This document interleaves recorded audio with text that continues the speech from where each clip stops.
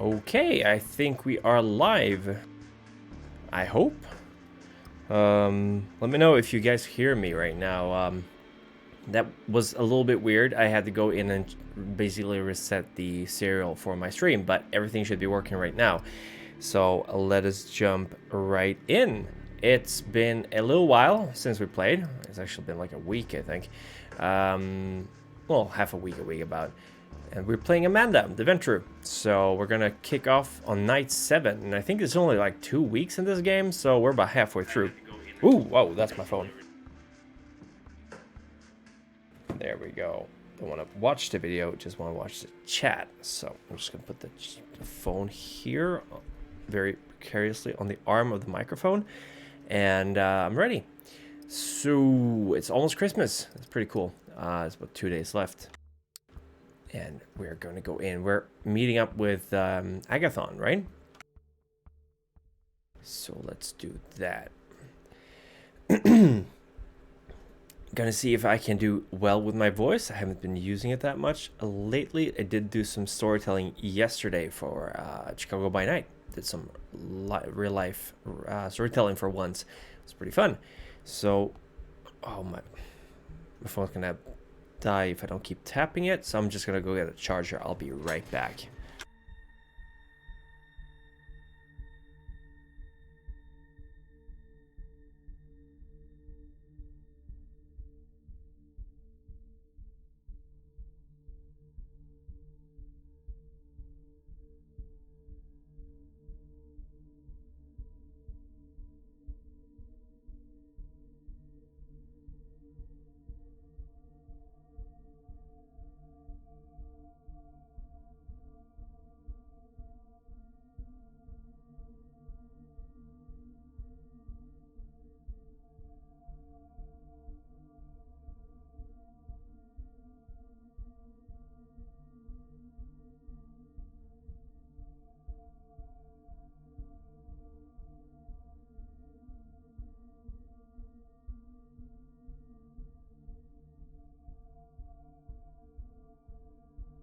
There we go. Not a whole lot of people up at this hour, surprisingly, but it is Sunday, so I guess people are sleeping in. Hopefully we'll get a little bit more people joining soon. So, outside, Agathon leads you to his car. It's almost funny seeing him get behind a wheel. Somehow you'd expect a more mystical mean of transportation. He drives south, heading to the Lower East Side. Oof, he's angry. Angry eyes. Agathon seems lost in thought. Either that or he's a very careful driver. Either way, several minutes pass in silence. Why is my... okay, I guess I'm gonna have to have the video on anyway. So the High Regent is your sire? Let's make casual conversation. That sounds like a good option. So, the High Regent is your sire. Did I get that right? Yes. No, wait. He was British, right? Yes. He seems to be thinking of the right words before he decides to address you again. Let me ask you something. Why me? There's likely a couple of hundreds of us Kindreds in New York, yet you seek me out specifically. Why? Also, a couple of hundreds. That's way more than there should be, just saying. White Wolf used to have a number that was somewhere like 1 vampire every 100,000 person. That was supposed to be sustainable vampirism, though. A couple of hundred just in New York, just in New York City. That's it's a little too many vampires. Sophie spoke highly of you. Sophie spoke highly of you. Yeah, just butter him up.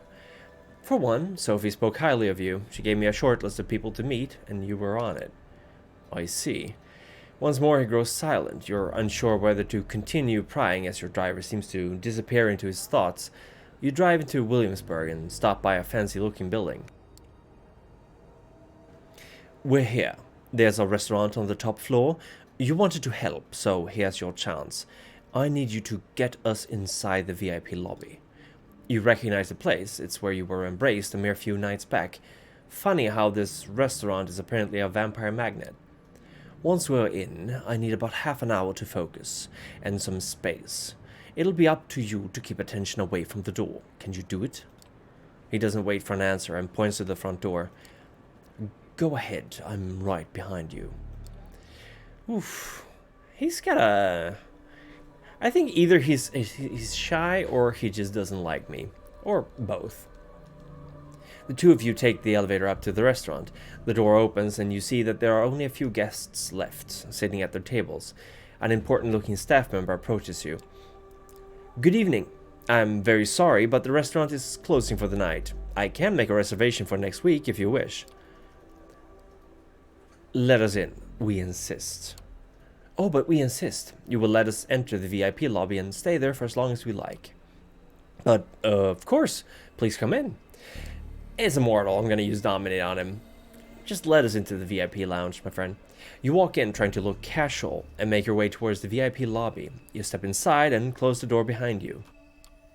This is a familiar sight. The same place where you had your last meal as a mortal. Strange. You should feel something, but the lavishly decorated room looks almost plain to you. Also, see, we have some people dropping in. Hello, how you doing? I'm the Primogen. Just let me know if there's any questions you guys got. I'm just chilling out on a Sunday afternoon in Sweden, so it's probably Sunday morning for you guys.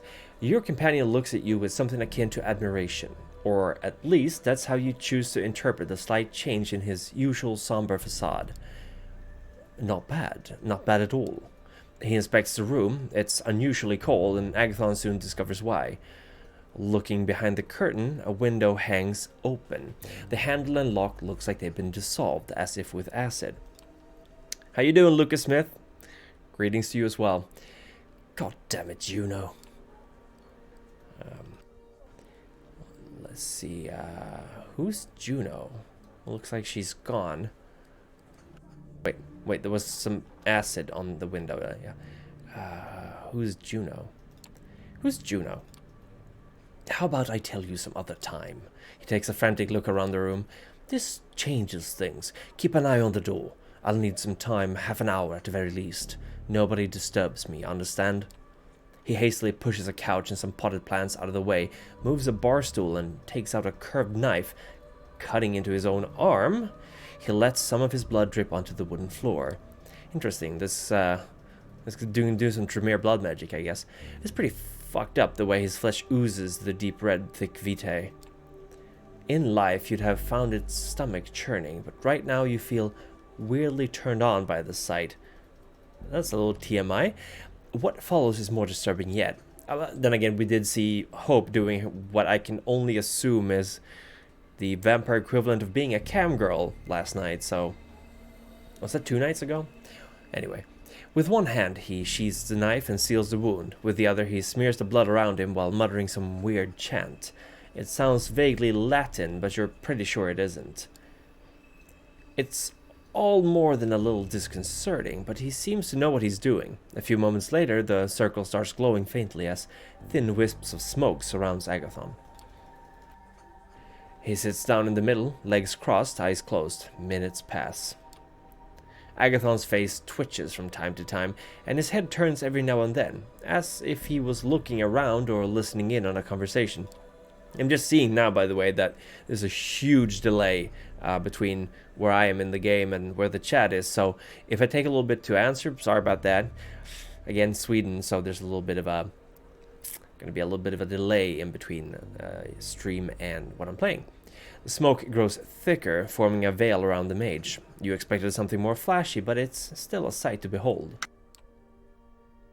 You wonder what the point of it is, but refrain from asking. It's probably best to let Agathon do his thing. For close to 30 minutes, you're left to your own devices. Suddenly the door swings open and the manager storms in, ready to raise hell. The initial haze must have worn off quicker than usual. I'm gonna argue with him to buy time. I think that's the best.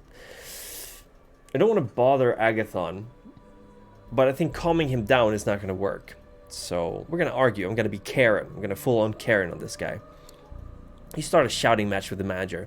He seems almost happy to oblige, and you can tell he's dealt with problematic customers before. You go back and forth for a while until his face becomes red and his voice grows hoarse. At some point he... Oh, hey bear. I will not open the sarcophagus, I promise. How you doing? The sarcophagus... Oof, that's another sarcophagus. Same as in Bloodlines? Until his face, at some point he looks just about ready to throw the first punch. How you doing, by the way? How both of you doing? Having a good day? That's when Agathon finally gets up off the floor. He shakes his head and casually walks over to the sofa, picking up something from between the cracks and the upholstery. We're done here. Let's go. Who the hell do you think you are? Get out of my restaurant this instant! Not wanting to make the situation any worse, you walk out sheepishly. The manager follows you all the way to the elevator, shouting and cursing. Agathon doesn't seem particularly fazed by any of this. Yeah, I think that was the right thing to do. Like, Agathon doesn't care. I just needed to occupy the guy for a while so he could finish his work. The restaurant staff throws you some curious glances as you walk towards the elevator, but wisely decide not to bother you. And the ride down feels tense, and you half expect to see a police car waiting outside. Agathon only seems to relax once you're back in his car. He starts the engine and takes a right at the Continental Army Plaza, back onto the bridge towards Manhattan. You're just about to say something, but Agathon beats you to it. That went better than expected, all things considered. It might have been a trick of the light, but you're pretty sure you just saw a smile. I'm used to working alone, but what I'm dealing with right now, it might require some more assistance, and you seem capable enough. Found what you came for? So I'm guessing you found what you came for. Sort of. Enough to continue the search, at any rate. That seems to deplete his social battery for the night. You drive the rest of the way in silence. Yeah, I can kind of read this guy. He obviously isn't a mean or anything like that. He's probably just socially awkward and finds it frustrating to have casual conversation. Can relate. It doesn't take you long to reach the Warlock's hideout. Agathon, you want me to do someone's dialogue in Swedish? I did get called out in the last episode. Someone said I was yapping too much, but fine, I'll do it. I promise. I'll give someone a Swedish accent once I find someone suitable enough for it. It doesn't take you long to reach the Warlock's hideout. Agathon waves at you absent-mindedly, once again lost in his thoughts, hopelessly so. One of these nights you should probably take him up on his offer. Who knows? If you gain his trust, maybe you can actually break through his stoic facade and meet the man underneath. It's about to get daybreak, so let's go rest for the night. I think I'm gonna go with Agathon and... Oh, who's this guy? Alright, we're gonna have to flip me over to the other side now, actually, because I'm getting in the way of the comments here, the messages here. Boop. There we go. Alright. If I'm looking here. Swedish. Yeah, okay, fine. So who's gonna be Swedish? Oh, I hope I didn't. Alright. Who do we have? We have Agathon, Faith and Myth. Oh, the priest again. Benoit Segal. Sleazy reporter from Gossip Magazine sniffing around Sophie's haven. Jezebel. Oh, man. I wanna feel like somebody's watching me. I have not played Princess of Darkness, actually. I did play Crusader Kings 2 a lot, so how do I get that? Does it cost money? Is it, like, available for free? Because I would love to try that out. And, of course, never trust a blood mage, but you can make friends with them. That might work. Tremeres are totally trustworthy, that's right. Yeah, well, hey guys, hey everyone. Glad to see you show up. How y'all doing? It's Sunday. I'm playing some vampire. I have so many options to go for. Ooh, Long Johnson. How about we go for... Somebody's watching me. Yeah, let's do that.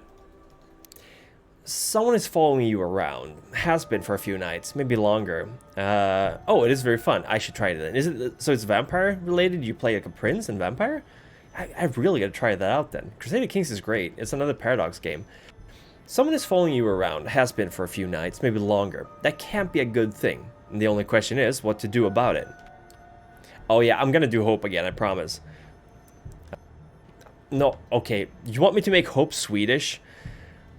I mean, that's better than what I was doing last time, so... I'm gonna provoke the stalker to appear. You venture out to the street with the goal of letting your stalker know you're aware of being followed. It's time to stop this ridiculous trade. It's raining outside, and you step onto the streets in front of your haven. You wonder whether that'll help you. Will you be able to see the footprints of your stalker in puddles on the ground? Not sure where to start, you slip a few bills to a homeless man and chat up the guy who runs the local bodega. Yeah, I'm going to take them head on. Both talk your ear off about a strange character hanging around, but none of their stories seem right to you. You want everyone Swedish. Well, technically I'm Swedish, so everyone I am talking as is going to have a Swedish accent, whether you like it or not. What do you want me to do? Be like, because that ain't Swedish. Just letting that out there. Walking the streets, you're by turns convinced that everyone you see is an enemy agent out to get you, and that your stalker has decided to take the night off. Montano. La Sombra. How's that working out for you? Gotta go into the store.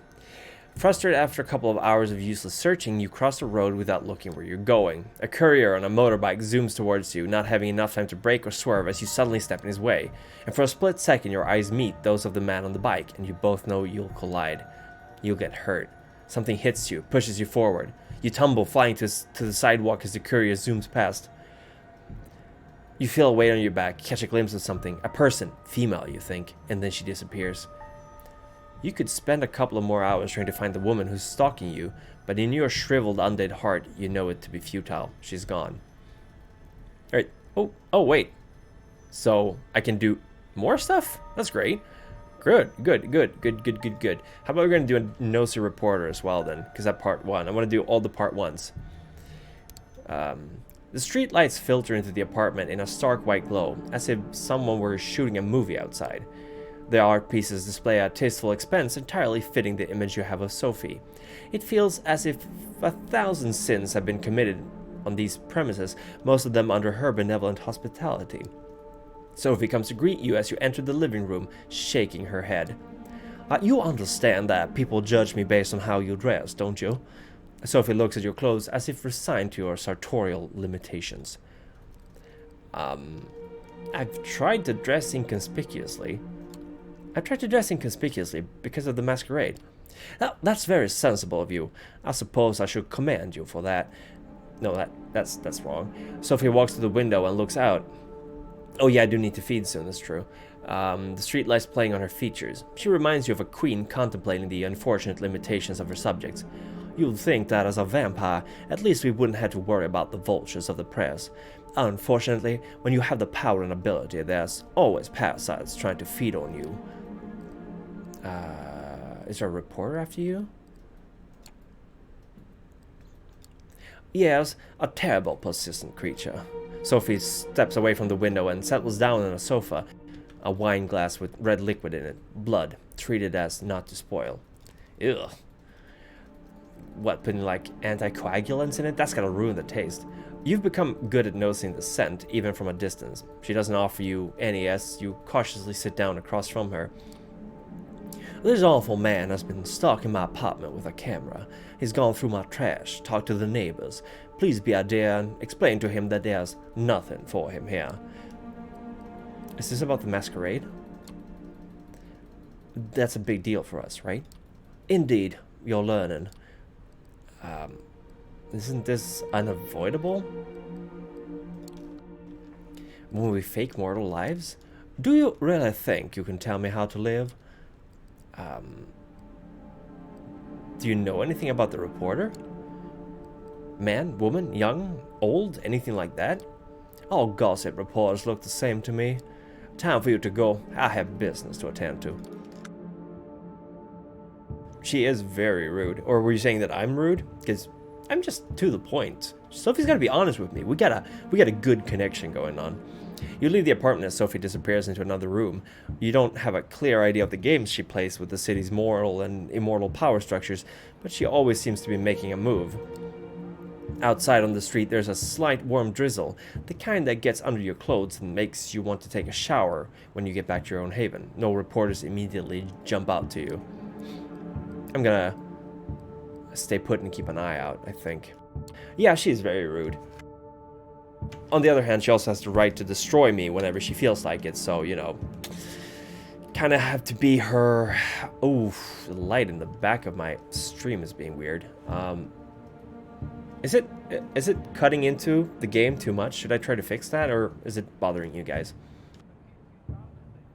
For a while, it feels like nothing is happening in the New York night. People are walking past you on their way to whatever nightlife diversion helps them forget their sordid lives. As you contemplate going back inside and telling Sophie you're not looking for a new career as a lookout, you suddenly notice the lens of a camera pointed at you across the street. Hey! You yell and run across the street. It's a man you're sure you've seen somewhere before. Rotund, pasty, someone who's spent too much time in badly ventilated rooms stained with cigarette smoke. Oh yeah, you can destroy politely, and then you can destroy it the vampire way. I'm just gonna move myself slightly a bit more into the corner over here. There we go. You enter an alley. A dark, dingy space between two tall buildings. Once upon a time, a place like this might have worried you, made you think of muggings and violence. Now it's clear that the most dangerous thing here is you. The man you are following seems to realize this too. He holds his camera in front of him like a shield, its heavy objective resting on his paunch, and with a start, you recognize him. You remember the face, the shaded sunglasses from a picture next to a byline in some trashy paper someone thrust in your face at a company party. His name is Frank Doherty, and he'd taken pictures of one of your investors filling up a sex worker at a nightclub. You'd been there too, and the funny... Why was I at a sex club? You'd been there too, and the funny thing was, what Doherty showed in the photo was just the tip of the iceberg. After all, work hard and play hard was the order of the day. Hey, don't go around scaring people like that. I'm a huge fan. Yeah, I'm gonna butter him up. Wow, you're Frank Doherty? I'm a huge fan. I love your work. Thank you. It's nice to have one's work appreciated. What are you reporting on? I'm not sure you can help me. Well, perhaps you can. Do you live here? I'm working on a story about a local resident. Her name is Sophie Langley. Everybody knows her in high society circles. She's a redhead, pretty as a picture, and there were a lot of pictures of her throughout the years. That's the thing, in fact. Look at this. Who's actually doing investigative work into vampires? This guy is really stepping it up in the world. Sex workers, vampires. That's a pretty big climb. Frank pulls out his phone and starts showing you pictures. Some have been downloaded from news sites, while others are photos from the society pages of newspapers from past decades. Sophie, you gotta move on every now and then. That's like rule number one if you're a socialite vampire. Can't stay in the same circles for too long. You gotta reinvent yourself. Also, oh, well, she did reinvent herself, apparently. Should be reading what's going on. All shows Sophie. She has different clothes, hairstyles, makeup, names, but the face remains the same. Maybe she should become a vulgaire, learn how to flesh craft her own face. They're all hot. Other than that, I'm not sure.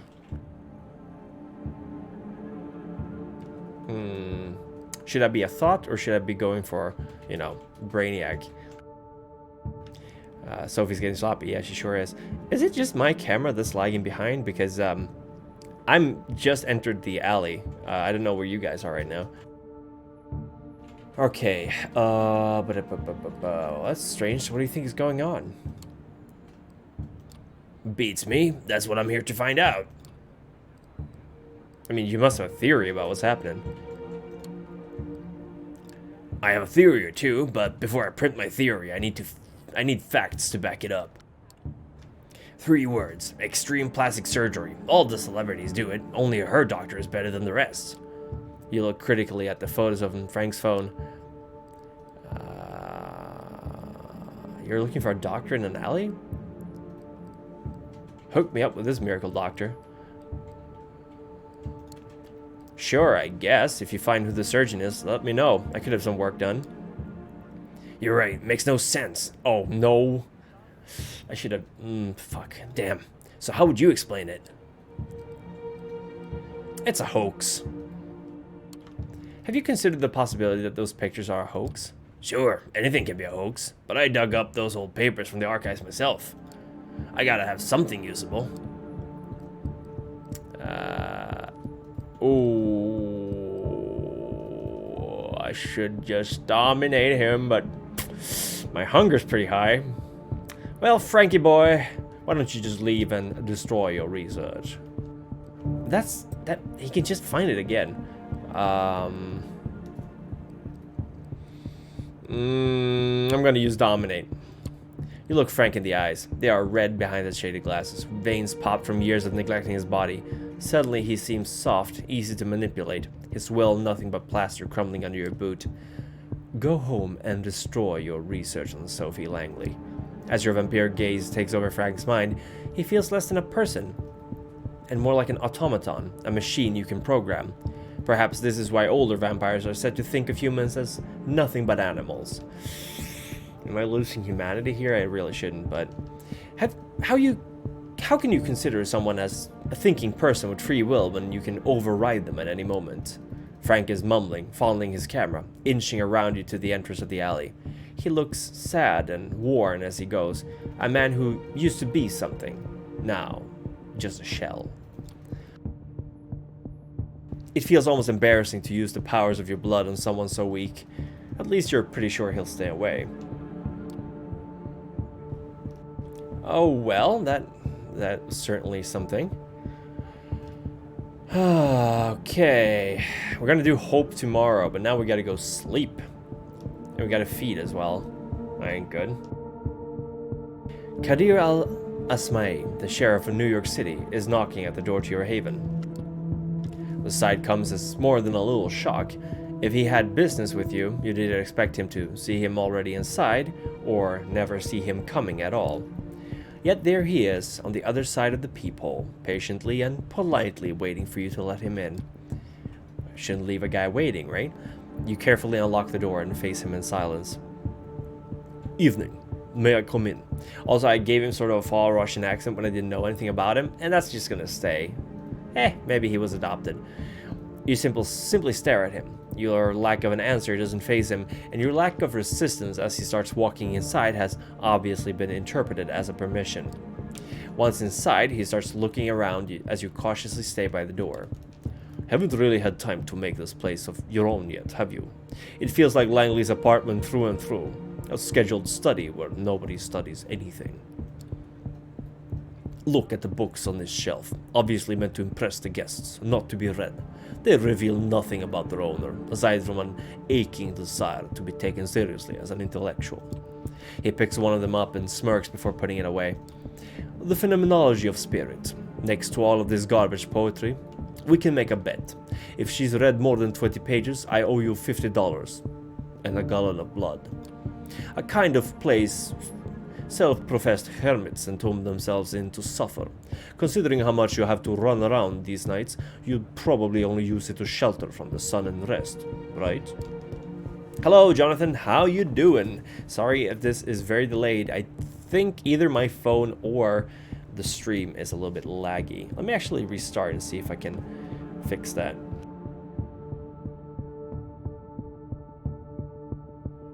Oh, here we go. Kadir. Yeah, that was all I needed. I just needed to restart my phone. How you doing, Jonathan? Even though he's obviously making an effort to come off as non-threatening, it's impossible to forget the first impression he's made. You still see him as a fierce predator, trying hard not to expose his true colors. You sense a familiar fight or flight response as you struggle to find a diplomatic answer to his last question. If Kadir is bothered by your silence, he doesn't let it show. He keeps walking around, toying with whatever catches his eyes, and eventually he speaks up again. Watched any baseball lately? If I had to guess, you strike me as a Red Sox fan. Now he's inviting you to talk in a more direct manner. You attempt to overcome your physical reaction to him and reply as casually as you can, with the thirst that we obviously have. I can't answer with anything. I guess I'm just so overcome by his sheer raw sexuality that I can't do anything. Oh, okay, yeah, no worries though. My phone is really behind in the... was really behind in the stream. Your mind keeps going back to that night when everything had changed forever. That's extremely loud in my ears, by the way. Waking up in hell with a body next to you, spending a night in that underground sweatbox, unsure what's gonna happen next. That endless car ride, 3 strikes, a bloodthirsty crowd, that blade. Hey, codenamed Desmond. I can just give you a little rundown what's happened so far. This is night 8, I believe. Kadir is visiting us. Yesterday we took care of a nosy journalist as well as someone stalking us, or we get saved by someone stalking us, essentially. So Kadir is visiting. We're in Sophie's or our haven right now, but it's Sophie's technically. Anyway, a rebirth, a baptism by fire, a frightening executioner who made sure the flames scarred your spirit. As you look into his face, you realize he's read your emotions from yours. Not in the mood to exchange pleasantries, hmm? There's no animosity in his voice. He's just stating a fact. Let me get straight to the point, then. He momentarily stops caring about his surroundings, turning all of his attention to you, and demanding the entirety of your attention in return. You see, there's something I realized over the years. In a large part, I may have been hired just to look menacing with a sword, but my job is all about seeing through bonds and relationships. The Camarilla would be safe as long as its members adhere to certain social contracts, making their dealings and affinities plain for everyone to see. But that, obviously, remains a pipe dream. This is a community of born conspirators, overly ambitious gangsters and politicians, monsters in denial, all sorts of tragically broken individuals. They are driven by desires that make them incompatible with the Masquerade, incompatible with prolonged survival of the Camarilla, and incompatible with the methods I used to operate. And so, I am doomed to be like a cop, constantly insulted behind my back, and maybe for a good reason, but immediately called for help whenever someone loses their tableware. Or like a Christie novel detective, outwardly assisted by everyone, but constantly lied to about everyone's past and motivations, even when my failure to solve the mystery might be the end of us all. Hope I'm doing the voice okay. I'm trying not to be too hammy. He tries to sound like he's peacefully resigned to his fate, but it's easy to detect a tinge of regret in his voice, a voice belonging to someone who once had bigger ambitions than this. Sheriff of New York? That's pretty high. That's pretty good. Well, it depends on how old you are, I guess. What broke him? So you see, for this detective, the why done it is far more important than who done it or how done it. When you understand all the players and their mutual obligations, you easily understand every crime. But of course, the Kindred know this, so they devise ways to make my job harder, such as conspiracies between two unrelated actors that depend on scratching each other's backs for mutual security. Or they enforce a blood bond to make someone unexpected their thrall. A boss serving their employee, a rebel serving their tyrant, just because one is regularly being forced to drink another's blood. And I just accidentally misspoke. What has Sophie seen in you? Why does the prince keep asking me about your actions? How come you're being pushed to build your own coterie so fast? You are surrounded by unclear motivations you yourself don't understand. That unnerves me, and it should unnerve you as well. And what are your motivations? Oh, and what are your motivations? Finally, you manage to raise your voice. Kadir notices the effort and smiles softly. So you haven't gone mute since last time I saw you. Good. Well, I'm here for a selfish reason. I need to develop a report with you to fulfill my obligations better. The last time we met, I couldn't see you as my equal. Now that you're accepted into Camarilla, what choice do I have? I'd understand if you didn't want to see my face again, but I'm one of the faces of the New York City community, and as long as you're part of it, it's going to be impossible to avoid me. Especially when I have business with you, and I do. As you might have guessed by now, one of my tasks is uncovering and understanding your bonds, and one of them might endanger our community. Well, that's not menacing at all. Who is he talking about?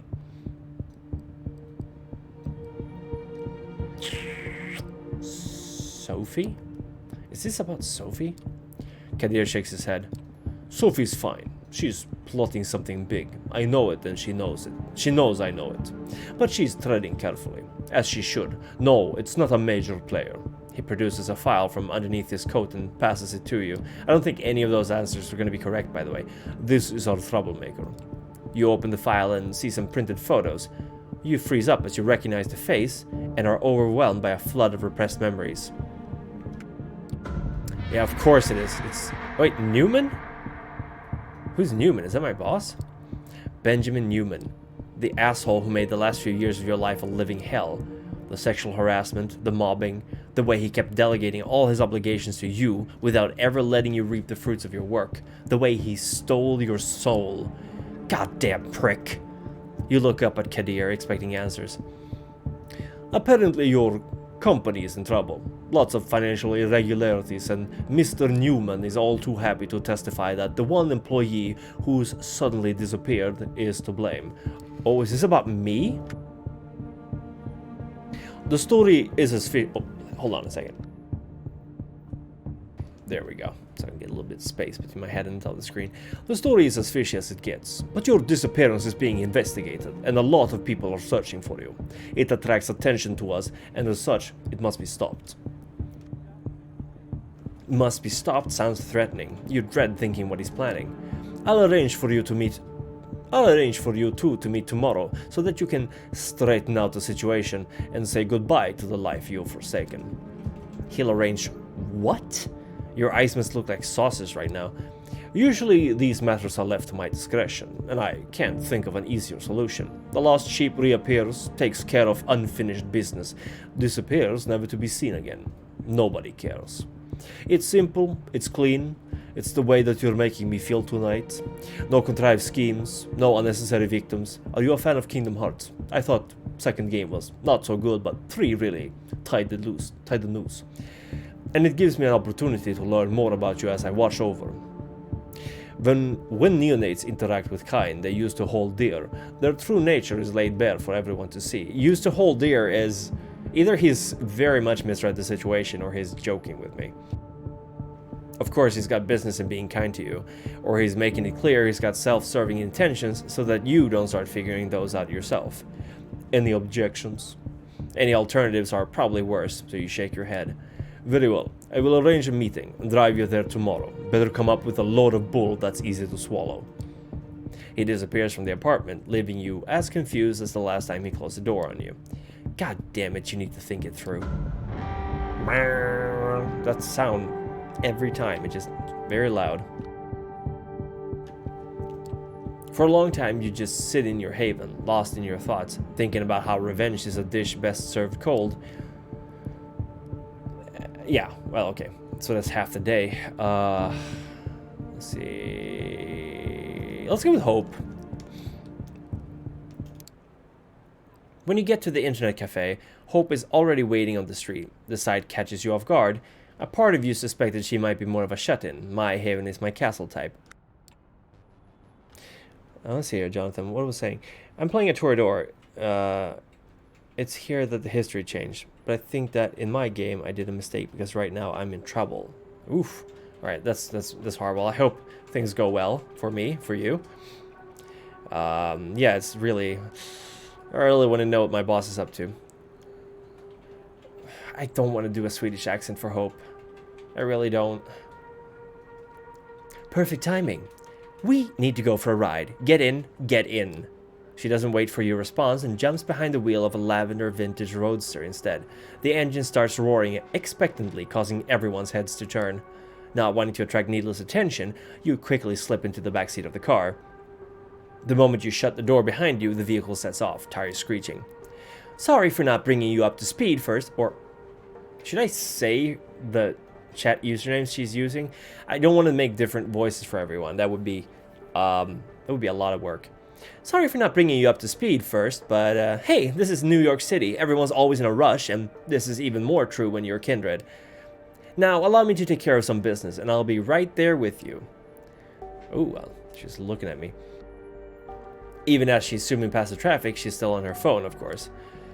Yeah, the plot really thickens like cornstarch. Blood-like cornstarch. You can use that for fake blood, right? Nice car. How do you afford that? Vroom vroom beep beep. Thank you. The lavender really brings out the character, doesn't it? It's a character. Busy work. About affording things in this city, it's pretty hard. You gotta be at the top of your game at all times. busy work. Might as well explain my business plan to you while I'm at it. Discuss BTC. So another extremely online milk based in New York. It goes by the name of Devnall. That is a reference to freaking Vampire Redemption, the first vampire computer game. Told me to Google Ethereum a few years ago. That way I got into Bitcoin. Discuss BTC, and I found a new religion. 23-year-olds selling visions of governments replaced by benign code and decentralized consensus. Masses ruled by algorithms as just as the laws of physics. Oh, I didn't know that. Oh yeah, used to clot in emergencies. Nice, I didn't know that. Discuss BTC. Idiot man-child investors trying to shape their reality through sheer fanatical zeal and dedicated collectors of something as abstract as rare SHA-256 encryptions. SHA-256 encryptions? Her driving style is far more aggressive and dangerous than you're comfortable with. Is it just you, or does she peek into the rear-view mirror more often than she looks straight ahead? Discuss BTC. A hyper-speculative environment where nothing has real value, only abstract belief matters, and your life savings can be ruined by a single bullshit tweet. How could I refuse the allure? I've started buying low and selling high on a variety of shady 24/7 exchanges that allowed me for a 100 times leverage, as in they lend me 100 times the capital I could bet with. I got lucky at the beginning and kept the ball rolling, shorting and longing, impulsively, recklessly. I got to the point where I became, too big to fall, and that's when I cashed out. The car comes to an abrupt halt. You bump up against the seat in front of you.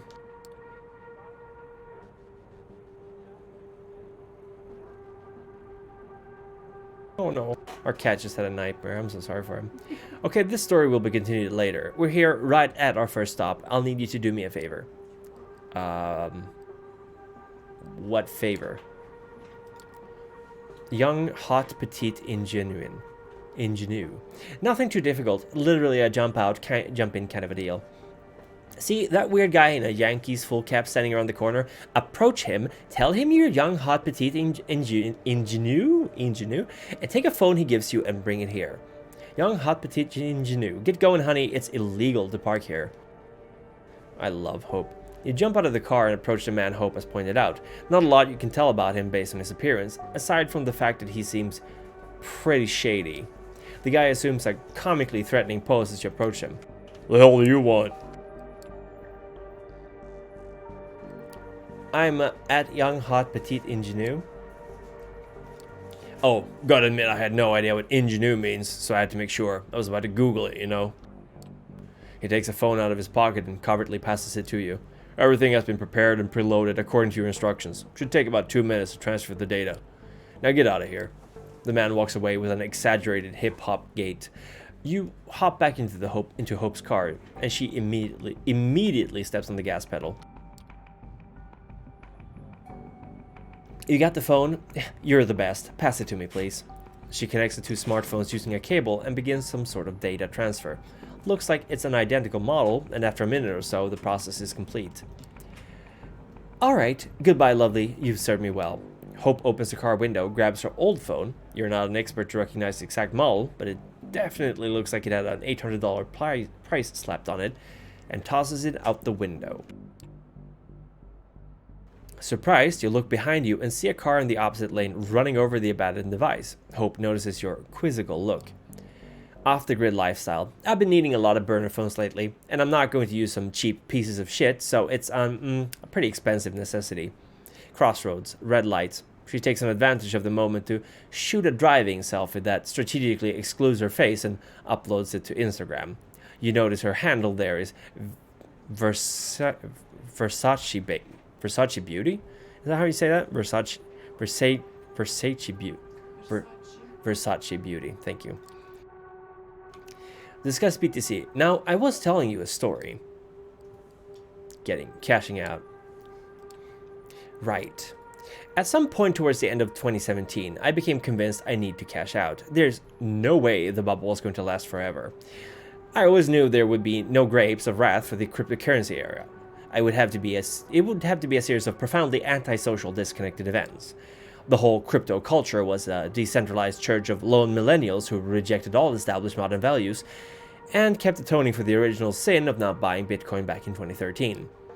Another abrupt last-second turn. You get pressed against the window. What the hell is with her driving style? Bet a life you've never wanted to live anyway and get a chance to win a priceless pile of nothing. Untether yourself from all worldly desires, find joy in suicidal ideation. To this day, money holds no real value to me. It's as abstract as a video game score. A bunch of numbers on the screen. This joyless world changed me forever. I knew I had to escape. So I took my piles of fictional dollars to a new arena, elite New York City social circles. Not because I wanted to scam them and make more, but because I wanted to finally have some goddamn fun. Wealth haver. I mean, of course I had to scam them in the process, but it was only in service of becoming something more than a star, a constellation. Another abrupt stop, this time next to the entrance to a shifty-looking back alley. Leaky gut syndrome. Alright, friend, this time your leaky gut syndrome, whistleblower extraordinaire. Whenever a press sneak fuck wants a leak, you've got it. Got it? Leaky gut syndrome. Sorry for putting you out there in my place, but I only personally contact people as a last resort. Gets harder to protect my identity each time I show my face out there. And since I've got you, our man is waiting for you in the back alley. He's paying back a favor with a pen drive containing crucial information we need to stay safe in this city. Retrieve it, I will be circling around the area, make sure we aren't in the danger right now. When you're done, get back here and I'll pick you up. Everything clear? Good. You exit the car and see it drive away in a hurry, then head into the narrow passageway. Sure enough, there's a man waiting for you at the end of the back street. Unshaven, wearing wrinkled clothes, with a nervous eye tick. He looks even dodgier than the last guy you've met. I really like Hope, by the way. I just want to put that out there. I think she's a pretty interesting character. When you approach, he gives you a mean look. I mean, she's very I wouldn't say stereotypical, but she's very typical Malkavian. Like, you can be a Malkavian and not have, what is it? DPD? Is that what it's called? Dissociative personality disorder. Is that? I don't remember. You lost or something? I'm at leaky gut syndrome. You said you've got a little something that might interest me? Of course. Straight to the point, are you? Alright then. Clumsily, he produces a USB stick out of his front shirt pocket and holds it before your face. And when you reach out to take it, he pulls his hand back and gives you a sly grin. Getting all this data was risky, you know. Ms. Montgomery is an unusually secretive person. Digging up dirt on her took more effort than I expected. Effort that should be rewarded, I think. The more you ask around about her, the more you expect a letter saying, give up your inquiries, which are completely useless, at your doorstep. Maybe attached to a severed cat head. You catch my drift? Yeah, she is super weird. The secrecy that surrounds her scream friends in high places, brave new world order, Illuminati shit, you know. Makes me think I deserve some hazard pay. Sure, I'll agree with him. Can I suck his blood? Because that's supposed to make him feel good. I'm gonna agree with him. I suppose you're right. What do you want? His eyes widen and grins from ear to ear appears to his face. And a grins from ear to ear appears on his face. Missed that one in the batch. Not much. I think $5,000 should be a worthy price for my services. Alright, it's a deal. I will transfer the money to your account later tonight, provided your data is legit. No worries. I don't disappoint. Just, don't fuck me over, alright? You know I can keep on digging up useful stuff. He extends the hand holding a pen drive towards you again. You take it. Oh yeah, one more thing. Not really sure what that's about, but one of my informants claimed you might be interested in this. He reaches to his inner jacket pocket and presents you with something wholly unexpected. It's a bag of blood, labeled simply as ABRH-. You give it a closer look, but that doesn't answer any questions that just appeared in your mind. You peek into the journalist's cold blue eyes and see them twitch uncontrollably. Don't ask me. They said you'll know what to do with it. Leaky gut. Come on, take it. He has blue eyes. I'm gonna go for it. He has blue eyes. I'll take whatever I want, twitchy eyes. He's only conscious long enough to manage to take one step back. A second later, your fangs are already sunk deep into his neck. His blood has a certain unpleasant je ne sais quoi quality to it and a bitter aftertaste, but it's very strong, quickly intoxicating, and as you finish your meal, you feel consumed by euphoria. I knew it! I knew it was blue eyes! I freaking knew it! Having temporarily satisfied your hunger, you put the collapsed man against a wall and look him over one last time. You found him fishy and trusted your instincts. Might be hard to explain this to Hope, but you don't feel like you've done anything wrong. Every fiber of your vampiric existence screamed that the journalist is absolutely not going to be trusted. Funny, even though you found the man disgusting, he provided you with proper, pleasant sustenance. The victim having blue eyes feels important somehow. The bag of blood your victim was carrying fell on the ground during your assault. I'm gonna pick it up. You casually pick it up and leave the alley the way you came from. Hope's car appears behind the corner just as you walk out on the street. It doesn't even fully stop when you approach, but slows down just enough so you can jump in. The moment you close the door, she presses into the gas pedal with her full strength, causing the engine to roar. Her driving style definitely doesn't reflect how laid back she seems as a person. You throw the pen drive on the seat next to her. Perfect. Any problems? How did the meeting go? You relate the entire back alley encounter to her. Towards the end of the story, you notice she's not staring at the road or her phone, but directly at your face, and the realization startles you. Bloody Mary and Adderall. You've got that bag of blood with you. You place it on the seat next to her. She peeks at the label. She looks at it again.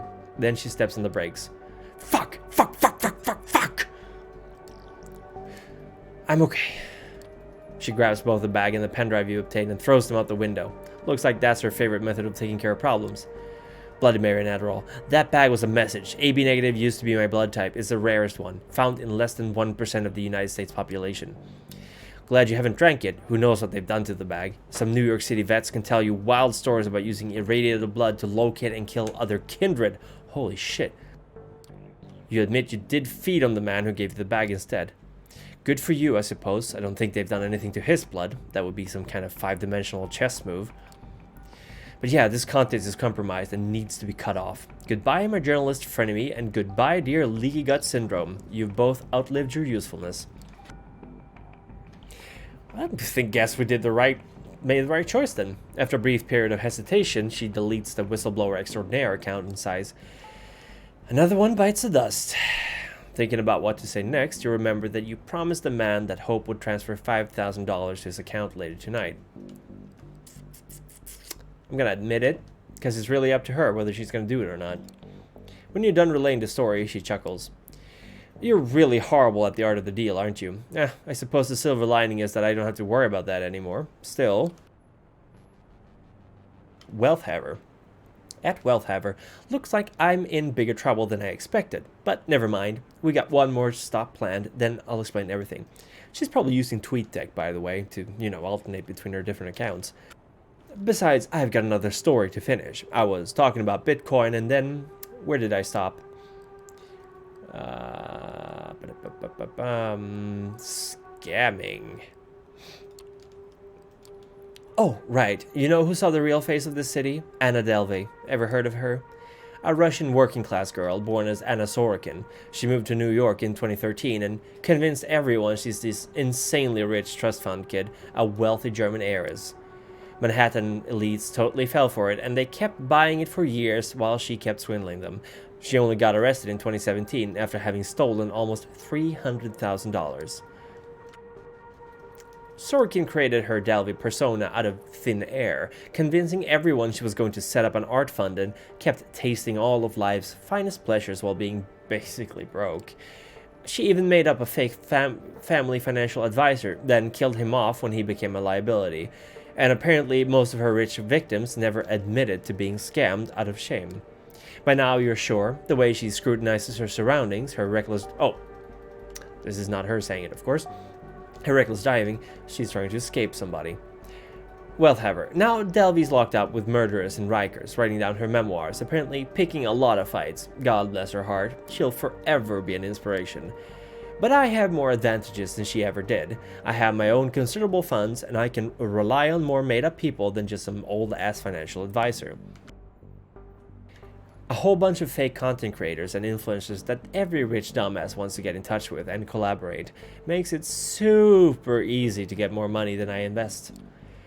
You've seen it firsthand, both as a deceiver and the deceived. It's a city of illusions. Make non-existent money, come up with a fictional status, play nonsensical Camarilla games. And one day you might find yourself at the top. Alright, we're reaching our last stop. You look around, you're coming up on a parking garage.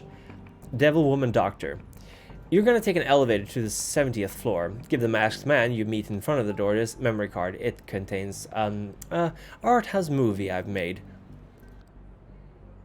You mean a vampire movie? By art house, you mean vampire movie? Devil Woman Doctor. Yes, a movie you've seen me rehearsing in my haven. You didn't think I was doing that just for show, did you? I found some filthy rich Manhattan purse who'd pay a fortune for a convincing vampire cam show. I don't need money, but their IT industry connections gave me an idea. When we give them this memory card, we'll get access to tech that should allow us to take on my biggest enemy in the city. So your nickname this time is going to be a crash. You are momentarily dazed and can't immediately surround what happened. Understand what happened. Where did I get surround from? The first thing you know for sure is, if you were still a normal human being, you'd be dead for sure. You replay the last few seconds in your head. The other car appeared out of nowhere and crashed into Hope's vehicle at the maximum speed it was able to achieve in this closed-off space. The driver has already managed to kick off out of the mangled door next to him and stumble out of his seat. Now he wordlessly approaches the trunk. Ooh, things are getting exciting and spicy, and takes a large caliber silenced pistol out of it. He starts approaching the lavender wreck of Hope's car, obviously ready to finish the job he started. You have to be fast and violent. It's you or him now. I'm going to withstand the bullets.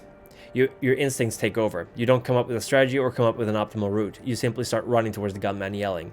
For a split second, he's completely dumbfounded. Then he opens fire. The bullets hit you, but that doesn't stop you. You start running. The man pulls the trigger a few more times, to no avail. The expression on his face is priceless until you ram your fist straight through it. He falls to the ground. You get down on your knees and keep pounding at him until he's reduced to a bloody pulp. Holy shit. You stand up above the gunman's body, trying to calm yourself and your killer instincts. And that's when you hear her voice. Same, but unironically. Ugh. Hope slithers out of her car and sees you standing over your assailant. Same, but unironically. You did pretty good. She approaches the body of the driver you killed and kicks it so she can't take a better look at it. Upon seeing the front of the corpse, she lets out an annoyed grunt. Knew it would be this asshole. He's been following us all day, and I know just who he belongs to. Even before she's done talking, she's already trying to reach someone for a video call. Eventually, she succeeds, and you see a nonchalant woman in a business casual clothes on her smartphone screen. Kara Montgomery, how can I help you? Oh, Kara Montgomery, how can I help you? Kara. Hope, didn't expect you to ever reach me through this channel. Have you thought things through? Wait, did something happen? Did something happen? Your fucking ghoul has just tried to kill me, you crazy bitch. That's what fucking happened. Calm yourself, for Christ's sakes. This is a baseless accusation. Oh, I know he's from Double Spiral. He's been working in your motherfucking company. Come on, you know I can't be held responsible for independent actions of my subordinates. Why don't we just meet up and talk it over? Hope disconnects the call and instantly blocks Kara from contacting her. You corporate shithead, you make me sick. Tired, she turns her gaze to the dead ghoul. Yeah, I can't tell either. I'm just going to assume that every time she changes her username, she's going to say that loud for sake of ease. At Hollaback Woman, I'll dispose of him. Help me put him in my car. 30 seconds later, his body is laying on the backseat of the lavender-colored wreck. Okay, good. You take a look at the scene of carnage in front of you. Every second we're here gets us closer to a serious Masquerade violation. I'll have to exchange my Palme d'Or worthy masterpiece for the goods some other time. She gets behind... Oh, the gold palm? Palm tree? Alright, she gets behind the wheel and you follow her inside. Meet me in my haven when I let you know it's safe. For now, I need to dump this asshole somewhere, have my car fixed, and plan our counterattack. You guide Hope to your own haven. She drops you off, and before she leaves, she makes what's about to come perfectly clear. At me. If we want to survive in this city, Kara Montgomery needs to die. She disappears into the traffic, and you disappear into your place. And that's the whole day, so... rest we go. Oh, that means I'm supposed to be able to do these... Oh, we got more stuff happening. Can I do these other things that are like half-day things? Knock knock. You'd ask yourself who's there, but you don't know if the sheriff of New York City would play along. And when you open the door, you see him toying with the car keys he's holding in his hand. Ready to go, fledgling. You don't feel you are, but you give him a nod, nevertheless. Excellent. Stay close. Ooh, we're gonna go and meet my old boss. This is exciting. He leads you down to the vehicle he's parked nearby. Once again, he takes the wheel, literally and figuratively. Everything's inside the way... Another miss in the patch. Everything inside is just the way you remember it, down to the rear view mirror reflecting an intense stare of your guide. However... Oh, yeah, it was really interesting. Sorry I'm not doing that much commentary. Someone was a little bit upset that it had taken a long time to play through this, so I just kind of want to make it go a little faster. Hope is a very cool character. She's definitely going to be joining my coterie. I have no problem killing Kara. Not so sure about my second coterie member, though. Might be going for Agathon, actually. Kind of like Agathon, and he's got an easy voice to do. And I really like Tremere. However, the trip itself feels notably different. The last time Kadir was driving you around, he was forcibly dragging you away from your old life. This time, he's pulling you back into it. Goddamn Newman, you're getting violent just thinking about him. Let me tell you how it's going to go. As I said, I've arranged a meeting between you and your kin. It's going to take place somewhere you should know very well. I'll watch over you two from a safe distance to make sure you adhere to the rules. You should know those very well, but I'll reiterate just so you can't ever say I didn't warn you. Don't do anything that would violate the Masquerade. Don't establish some secret routes of contact, I will know. And do treat it as the last time you two meet. Take this chance to wrap everything up. Ooh, not kill him? That's gonna be hard. Here's your story. You're fine. Found yourself on the crossroads. Decided to radically change your life and move out of the city. The subway is unbearable. The rent is too high. They've heard it all. However, you do not appreciate being accused of a crime you haven't committed. So, you're back both to clean your name and strike fear into the heart of the real culprit. By now, you should know how to cause fear among the living, don't you? He smirks at you. Have fun. As long as you don't leave a mess for me to clean, we should be good. The car makes a sudden turn. I leave the final details to you. Just be so kind and don't make me regret it. You can sense he's going out of his way for you, but doesn't try to force you into gratitude by stating it plainly. If you know, you know. He'll see if you were worthy of his aid. Yeah, I kind of really want to make him my slave, to be honest. I'm not going to cut contacts. He's the head of a company that makes a lot of money. If I'm going to establish myself as a venturer in this city, got to start somewhere, right? We're here. You take a look around to recognize your destination. He was right. It is a familiar place. It's the office you wasted the best years of your life in. Newman should be up there. Apparently someone is blackmailing him with documents proving his penchant for embezzlement. The poor guy is stuck in his office and he's probably pretty shaken up. The document don't exist, but it would be a shame if someone went there, wiped the floor with the man, found proof that he's pilfered the funds, and forced him to admit to his crimes. He turns off the engine and relaxes comfortably in his seat. You silently leave the car and head straight for Newman's office. Yeah, background points. Gotta get myself some background points. The elevator ride up just doesn't want to end. Hold on, I'm just gonna try to see if I can fix the background noise. Hold on.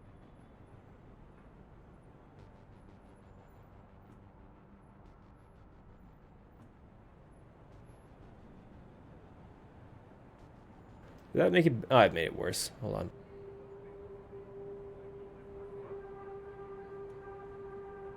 Okay, that should be okay. Okay. Got rid of some of the... No, I didn't get rid of the noise. God damn it. Whoops.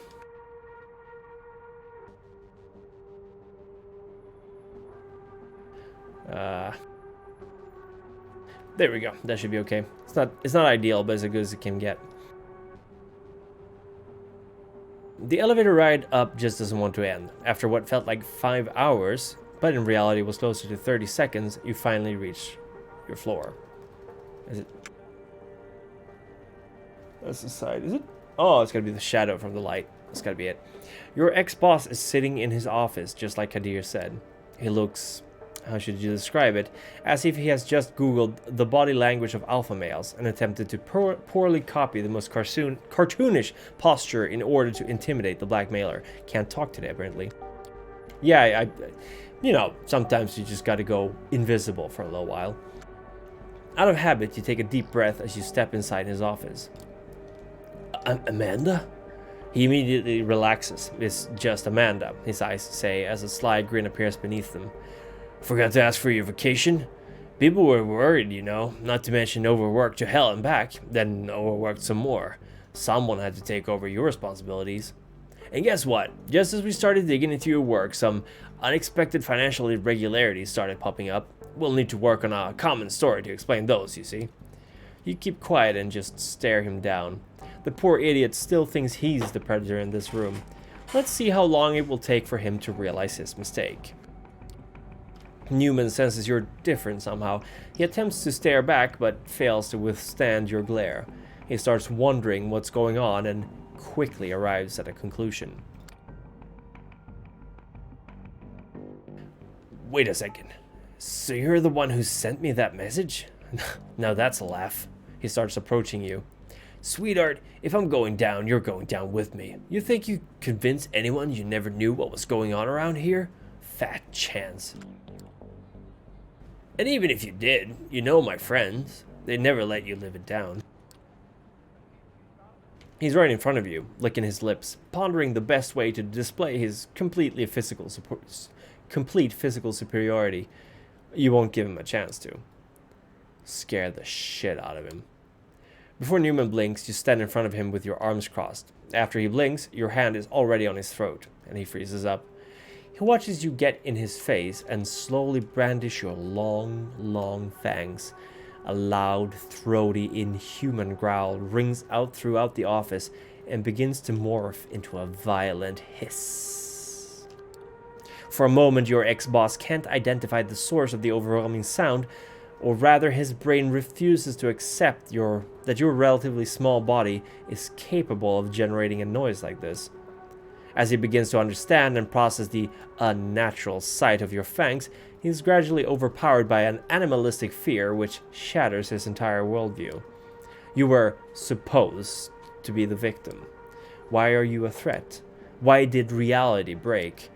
And you slowly tighten your grip on his neck, not hard enough to trigger a fight response, but enough to strike a deeper fear in his heart. Kneel. Oh. This is what I've been waiting for. Finally, my chance to, get on top of things. Newman complies with your demand, squealing softly, a single tear making its way down the stubble on his cheek. Fuck. Obey. I'll do whatever you want. Just don't kill me, please. You gather your strength and throw him, slamming him against his desk. Fuck. A born boardroom predator has found his better in the place he's least expected it, and you start slowly walking towards him. Stop, I get it, I'll fucking do it. With shaking hands, he scrambles towards the safe on his shelf.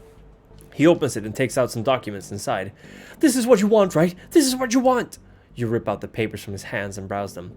These should be enough to, as Kadir would put it, prove his penchant for embezzlement.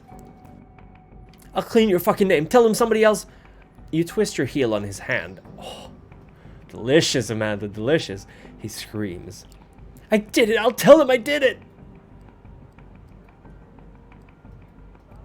I'll leave in silence. You simply turn around and start walking away. You walk into the elevator, press the ground floor button, and wave at Newman as the door closes.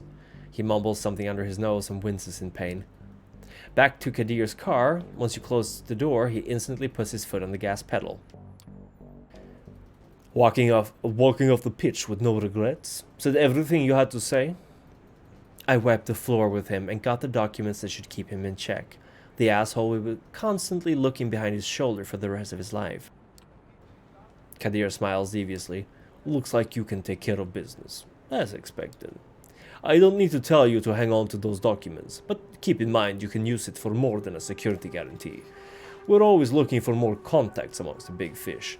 Once you settle in, you can use what you now know of Newman to convince the elders that he's better off as your ghoul. Ooh, yeah, that's literally what I wanted to do, but guess the game didn't let me to. Now that's an enticing thought. You're surprised at him suggesting it.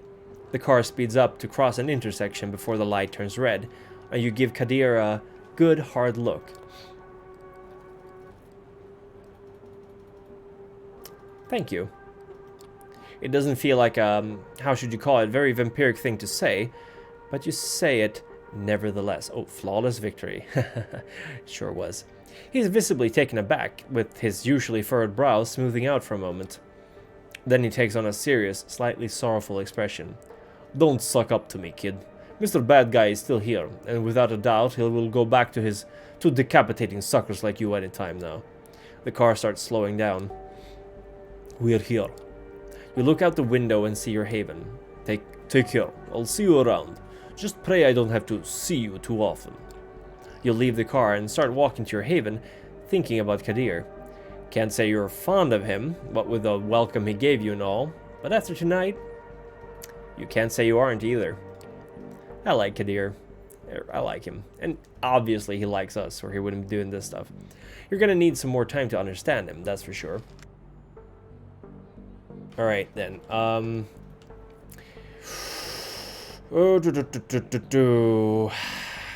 well, we dealt with Frankie once. Last time you failed to resolve the situation with your stalker. You have to get a handle on that one way or another. Yeah, I'm gonna go with my stalker now. I'm halfway through, actually, and these take half. So, how about I deal with... Because usually, from what I gather, the coterie members, they take a whole night, right? But the other things just take half a night. So, if I do a coterie member now, it's still just half the night. But if I do the small ones, it's just going to be one. I can do 2 of them tomorrow. So let's go with Agathon today. I don't know if my logic here makes any sense, but you know what to expect when you return to the small bookstore serving as Agathon's haven. The cacophony of occult imagery assault you from the book covers displayed on the window, but under the fake facade there's something real. This time the Buddhas and the Satanic Bible at the storefront seem almost funny, or perhaps you've just started to tune into the dry humor of these Tremere. Just as you're about to ring the doorbell, the door opens and Agathon storms out. You step aside just in time to avoid having him stumble into you. Amanda, what are you doing here? I came to help you. Look, I came to help you, like last time. Alright, fine. You're right. Follow me. As he turns to go, Agathon almost looks pleased that you're here. Agathon walks to his car with you in tow. It didn't occur to you the last time, but it's a surprisingly pedestrian vehicle, an aging mid-sized family sedan. You imagine what it would look like with a baby seat in the back. I like Agathon, he's nice. Opening the door on the driver's side, Agathon notices your look. Laugh all you want, but it's inconspicuous and practical. You sit in the car and Agathon starts driving in his usual careful style. Sorry about that. We did not meet Tamika, no. But how do you let me in on a little secret that you only have a certain amount of nights every time, and I'm Ventrue, so I'm not going to go with Gangrel. They left the Camarilla. At least that's my reasoning. I'm going to save her for another playthrough, I think. Sorry.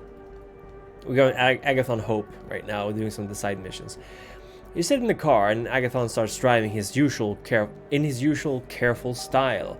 At least you'll never be stopped by traffic cops. It seems Agathon is not interested in small talk. It's a beautiful night. On a beautiful night like this, it's not too bad being Kindred.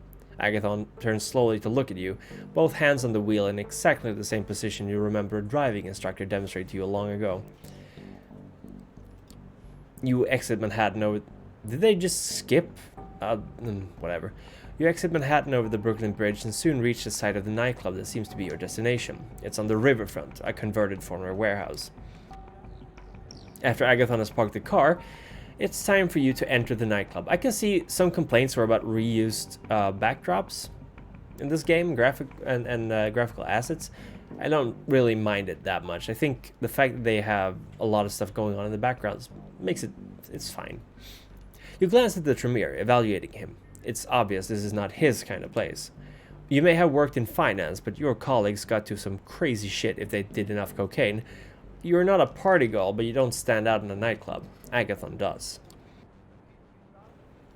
There's... we can do the Russian. There's a good chance the research notes are in here. So it's not certain? Let's go. Let's not waste any time.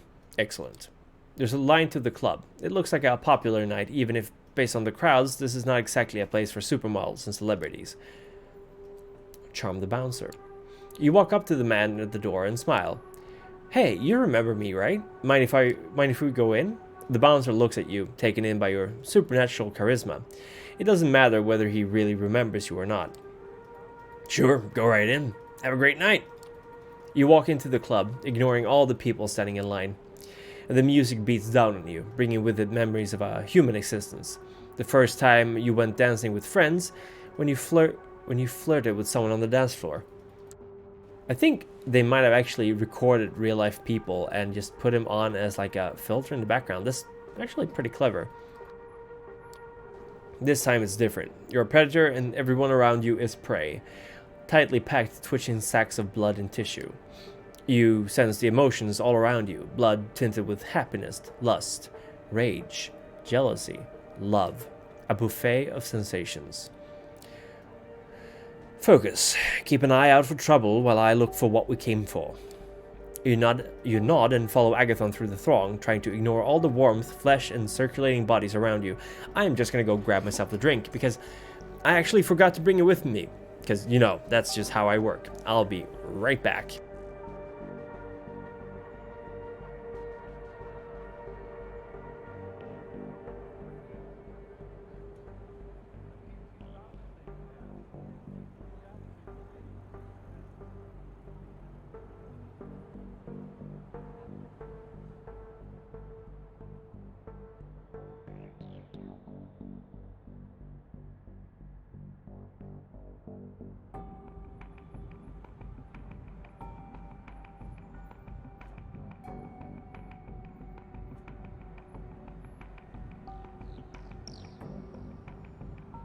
And we're back.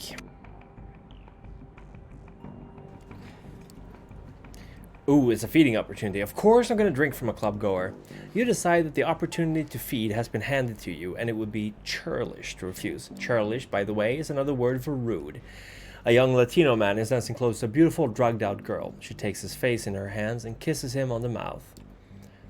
You slide close to them and sink your teeth into the man's neck. He moans from the pleasure of the kiss, and the girl assumes it's because of her. Smooth. You check to see nobody's watching and lick the wound closed before disengaging and returning to look for Agathon. Wait a minute. Wait a minute. I just fed, but I'm a Ventru. Blue eyes? I guess not. Also, why isn't the blood going away? You find a young, intense woman pointing a finger at his face. Agathon, you traitor! Don't you dare stand between me and what's mine! You look at the woman in surprise. Her appearance stands in contrast with the anger in her words. Juno, you know Ailing will not let you leave with the notes. Perhaps she won't let you leave at all. Juno pulls close to Agathon's face and stage whispers loudly enough for you to hear over the music. You're still so brainwashed you care about what Ailing fucking Sturbridge wants? I'm done jumping through her hoops. I don't know what you saw in her, Agathon. You're such a lapdog. Oh, this is, Oh, yeah, yes, thanks, Weird and Quirky. Yeah, that's the plan anyway. I might do a second playthrough as Buha or Torador. I'm done jumping through. Yeah, so for those of you who don't know, the Tremere basically had a pretty big event happening in 5th edition. The main chantry, House die Hexe in Vienna, was blown to smithereens, and with it, the entire frickin' pyramid structure of Tremere just kind of toppled over, meaning that the blood bond that everyone had to the clan just went gone like that. So there's a bunch of different houses now, and I think Ailing is still going to be House Tremere, if I'm not mistaken, which is going to be the conventional, traditionalist house. You have a House Goratrix, which is darker evil magic, presumably led by Tremere himself in the body of Goretrix. And then you have House Karna, who are more like Wiccan, pagan style magic. Karna freed herself from the blood bond using the Book of the Dead Wars, I think it's called. And then you also have House Ipsimus, which is anarchist house. Anarch, not anarchist. Anyway, here we go. Let's not forget the Masquerade. Look, are we sure we want to talk about this, all of this, in the middle of a dance floor? Do I look like I care about the fucking Masquerade? You look at Juno in genuine shock. From Sophie, you've understood that the Masquerade is universal amongst the Kindred. Juno, you don't mean that. You're not suicidal. Fucking watch me! Juno, please. Juno steps back, suddenly cold. Ignoring the people dancing all around, she stares hard at Agathon.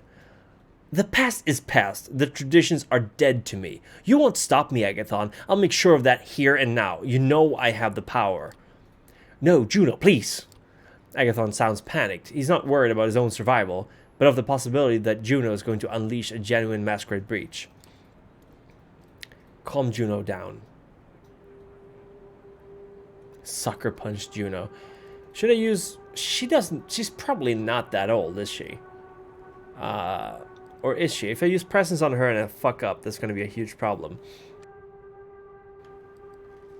I'm going to try to reason with her. Look around you. We're in a crowd of humans. If you start something here, it will be a Masquerade breach. Catching on, Agathon joins in to support your argument. If you break the Masquerade, it won't be just ailing Sturbridge who has it in for you. It'll be Kadir. Juno looks hesitant, worried. After a moment, she backs away. Oof. Yeah, 5th edition, I'm just going to read your comment here. And the whole modern contrast, kick down doors and shoots vampire plot. Yeah, when I first started out with my channel, I knew very little of 5th edition. And the only thing I knew was like the whole, all the drama, basically, about it. I read the rule books, I read the books. Camarilla and Anarch books don't reveal too much, but I'm very, very, very interested in seeing where V5 is going, because I've been reading Chicago by Night, amazing book. I just got my hands on Fall of London, which is also really good. Cults of the Blood God, which is going to turn out amazing. It's being done by Onyx Path as well. I'm really looking forward to next year, actually, with Vampire. It's really kicking off, and I know that White Wolf is hiring people again, which I wasn't sure they were ever going to start doing, but they're at it. They're doing good. All right, you assholes, I'll play it cool. She slides into the dancing crowd, and you see her move amongst the people, but it doesn't look like she'll start a fight. Give me a few seconds, and I'll verify if the notes are here or not. You idle among the dancers, and Agathon prowls clumsily, out of place in the throng. Finally, he comes back to you. They were here, but not anymore. The ritual I performed is very reliable. We can go. Juno will probably waste some time trying to find the notes here, and that will give us the edge. You leave the nightclub. Outside, you walk to Agathon's car and drive back over the Brooklyn Bridge to Manhattan, heading for Agathon's haven. Juno mentioned some things that are personal. I trust your discretion in not talking about those things to Ailing. Of course. Your love life is your business. Thank you. After a while, you reach Agathon's haven and he parks the car. You walk to the occult bookstore and Agathon asks you inside. The smell of incense assaults you as before, making you grateful not to have to breathe.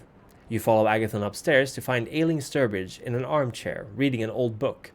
She puts a bookmark in place as you come in. You were so successful, I hope. No, I'm sorry. The notes had been there, but not anymore. That's a shame. I hope you won't run out of time. How did Sophie's little protégé do? Agathon turns to look at you. Well, surprisingly well. That's a surprise. I'll have to give Sophie a compliment on her choice. We met Juno. Unfortunately, she hasn't found the notes either. That's interesting. The High Regent turns to look at you. What was your impression of Juno, fledgling? Driven. She's very driven, motivated. I don't think she'll desist easily. You're probably right. Juno could have made a great member of our house in different circumstances. Instead, she became a headache. You'll understand if you have childer of your own some night, fledgling. Anyway, I have some things to discuss with Agathon. Go along now. You leave the occult bookstore, the cheesy mystical music still in your ear as you walk away. You wonder about what happened with Juno. Why is she so anxious to leave her clan? Can she really do that? Could you leave Sophie's service if you wanted to? Oh, it's gonna be daytime now, so oof, yeah, it's pretty close. So, if my theory is correct, I should be able to do 2 of these in the day after. Oh, and no event either, that's nice. So, we're gonna go with my stalker. Somebody watching me. Then either faith and myth or a nosy reporter. So let's see here. You're in your haven when your intercom rings. Answering cautiously, you hear an older male voice. Hello, I'm calling because a friend asked me to come by and offer you my services. What do you mean services? You know, services. You know what I'm talking about. The man sounds strangely excited, breathing hard. I need something to go on. She told me not to talk about these things in public. I know you're one of them. Please, it's all right. I don't mind. You can drink with me, if you understand what I mean. A man you've never heard from before is paying a visit to an apartment not many people know of, offering for you to feed from him. Let's continue this face to face. I'm not worried, actually. I'm pretty hardcore. That's a wonderful idea. Silence. A few minutes pass, and you hear a knock from the door to your haven. You cautiously open your door, and it's a minute passes, by the way. I read that wrong. A stranger looks at you sheepishly. He's in his 30s, dressed in a clean business suit. He looks moderately successful, someone you could meet in an investment bank. I'm sorry, I didn't want to intrude, so that's why I called from downstairs. Come in. You know what? Come in. I was hungry anyway. The man looks comically satisfied as you usher him into your haven. He barely waits for you to close the door before he loosens the collar of his shirt, closes his eyes, and bares his neck in quivering expectation. You look at the man, taken aback by such forwardness. Figuring that you didn't invite the man here for a chat, you lean close, take him by the shoulder, and sink your fangs into him. This is not an unpleasant way to feed, you reflect as the blood flows into your mouth. The food comes to your door on his own volition. The man moans as you drink from him, lost in the ecstasy of the kiss. It feels a little unseemly, but it would be churlish to begrudge him his pleasures. Churlish again? Like that word. Taking care not to drink too much, you let go of the man after licking his wounds closed. Suddenly you're startled by a surprising sight. A woman, not too old, strangely dressed, looking at you intently, only an arm's length away. Before you can react, the mysterious woman opens your front door and vanishes from sight, leaving you to wonder whether you really saw her at all. As you stare confused, the man you drank from slips out of your haven and into the hallway, staggering a little from the effects of the kiss. You close your door, wondering what the hell that was about. At least you get to feed, if nothing else. Yep, it's half a night, so either mi abuela. Her master's voice. We're gonna go with nosy reporter. I'm not so into talking to a priest guy anymore. The weather is cold and windy as you walk to Sophie's apartment. As a vampire, that doesn't matter anymore. You may have been saddled with eternal hunger, but at least you can ignore the wind chill. Just as you come to the door of Sophie's building, she storms off, murmuring into her phone. Yes, I know. Don't worry, I'll trust you to handle it. You've heard Sophie talk to her associates before. It's always the same, generalities and vague suggestions. It makes you think she's involved in mysterious machinations, yet she doesn't tell you anything. Sophie is dressed to kill, but there's nothing unusual in that. She likes to make an impression. A black car with tinted windows is waiting for her in front of the door. A chauffeur steps out to the open car for her. Out to open the... Oof, I'm getting a bit sloppy with the reading. Sophie notices you. I'm glad you're in the neighborhood. If you could look around for me one more time, that would be wonderful. You told me you'd gotten rid of that reporter. Turns out he's still here, snooping around. Sophie is very good at communicating disappointment. She doesn't have to do much to make it clear that she's unhappy to have to return to this issue. I'll take care of it. After tonight, he won't trouble you anymore. Good, don't disappoint me. The reporter talked his way into the building during the day, and once the doorman understood what was happening, he threw the reporter out. He showed old pictures of me to the neighbors. It's very awkward, you understand? Sophie disappears into the car, and the chauffeur closes the door behind her. You watch as the sleek vehicle disappears into the Manhattan traffic, just one anonymous car among many. Best sit down somewhere and devise a plan of action. You go to a nearby diner, settle into a booth, and order a coffee from the steely-eyed Latino waitress. As she brings you your cup, you describe Frank Doherty to her on the off chance she's seen something. Just as she's about to answer, you happen to look outside. Something catches your eye. The diner is brightly lit, so you lean closer to the window to see the street through it. You got lucky. Frank is standing on the sidewalk on the other side of the street, looking at something on his phone. You slide out of the booth, throwing a few small bills on the table. Mumbling something to the waitress, you step outside. I'm gonna trust in the power of the blood. You keep out of sight and follow Frank patiently. His scent is so strong that you don't have to see him to stay on his tail. I'm not supposed to have auspex as a Ventru, I'm pretty sure. Isn't it fortitude, presence, and dominate? How did I get auspex? Well, I'm not going to question him. I'm not going to look a gift horse in the mouth. You keep out of sight and follow Frank patiently. His scent is so strong that you don't have to see him to stay on his tail.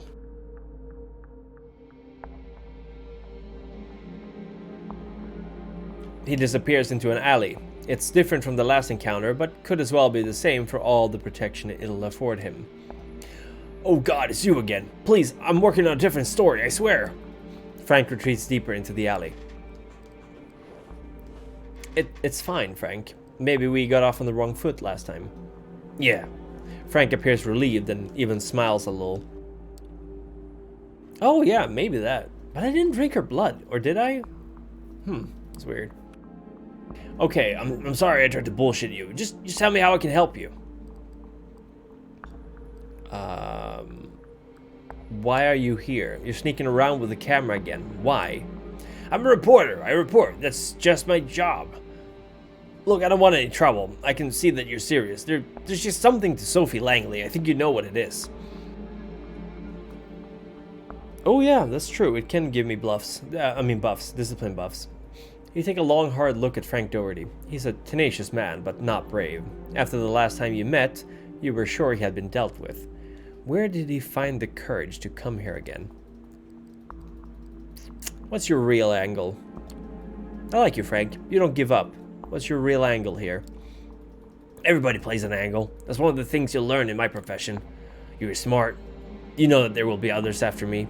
If there's a real story, they will come and find it. Your best shot is with a friendly reporter, someone you can trust, someone like me. So what do you say? Get ahead of the story? It'll be good for you and Miss Langley, too. You almost believe it, but something about Frank feels off. Do you have a personal interest in this? What? No. Or, I mean, she's a very attractive woman, but I make it a rule never to get involved with people I write about. You're not famous for professional ethics. You're known for your Oh, on this issue, I've never made a mistake. Frank sounds almost sad as he says it. Sometimes I just need some extra money, that's all. Where does this extra money come from? There's a guy. He's paying me, that's all. But I can't talk about that. How about you work for me instead? Tell you what, Frank, I'll make it easy on you. Work for me and I'll make your life easier. I want to know who's after Sophie Langley and you can get me this information. Who knows, maybe this will become a lasting and lucrative relationship.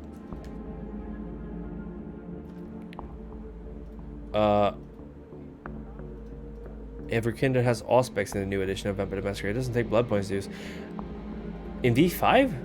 I'm fairly sure you don't. Or do you mean in Bloodlines? Because I don't think every vampire has Auspex in V5. Also, hi Nancy. How you doing? Thanks for dropping by. Frank is taken aback by your suggestion. Still, he clearly needs a friend. I don't know. I mean, if there are people leaning on me, they won't take kindly to it if I help someone else. Let me help you, Frank. I suppose I shouldn't say no to that. Tell you what, next time something comes up, I'll give you a call. Maybe I'll have something you can do for me as well. Quid pro quo. What else is there? I am a pro. Frank hesitates for a second if he was going to say something more. He takes one last look at you, turns and leaves the alley, disappearing into the crowd. You're left wondering whether that was a good choice. Frank is not reliable, that much is clear, but perhaps you can benefit from him anyway. Isn't that what the Kindred do? Play people and turn them into puppets? That's exactly what we do. No! We gotta rest again. And the day passes into night. Oh, excellent. Let's... Oh, wrong screen, sorry. How about... I mean, Tamika we're saving. So how about we go to Faith and Myth Part 2. And then we're gonna go with Hope, I believe. When you reach the... Wait, did I just go with Hope? Fuck. Oh, sorry. Sorry for cursing. I misclicked. That's not good. When you reach the cafe, you are welcomed by a familiar face of the waiter who first led you inside. You exchange looks and nods. He hides his vaping pen in the back pocket. She's been expecting you. Something happened to her car and she hasn't exactly been leaving her room ever since. He scratches his head, shrugs and gestures at you to follow him. It's the same route as before.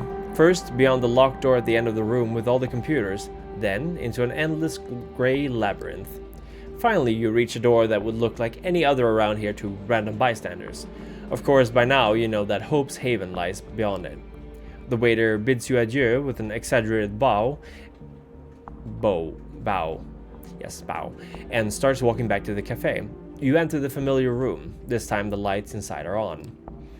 Hope is inside, the lights are not on in this room, walking around nervously, overseeing every screen in her sight, and when she spots you, she wastes no time on introductions. I am not okay at all. Kara Montgomery, what do you know of her? I am not okay at all. You could have seen her in listicles such as Top 5 Badass Women of Tech 2018, 12 CEOs who spark innovation through empathy, or 20 entrepreneurs with mysterious ties to Jeffrey Epstein, the guy who killed himself. You don't get to voice your answer. The question was just a minor courtesy. She has a monologue to deliver and she won't allow an interruption. 20 years ago, she was a failed .com investor. Now she's CEO of Double Spiral, a brand management startup, working at the crossroads of big data and influencer culture. The quotation marks are audible, dripping with venom. Long story short, she spent years convincing her Camarilla contacts, as in out-of-touch old farts mad about smartphones, that Kindred can benefit from controlling the internet. I mean, we can. Her IT ghouls have done a lot of research on deepfakes, AI, and machine learning. Her goal is an ability to generate thousands of believably human online accounts. Basically an army of posters. Basically an army of posters that could brute force anything into the mainstream discourse. The elders took a while to get the concept, but eventually Kara got their blessing.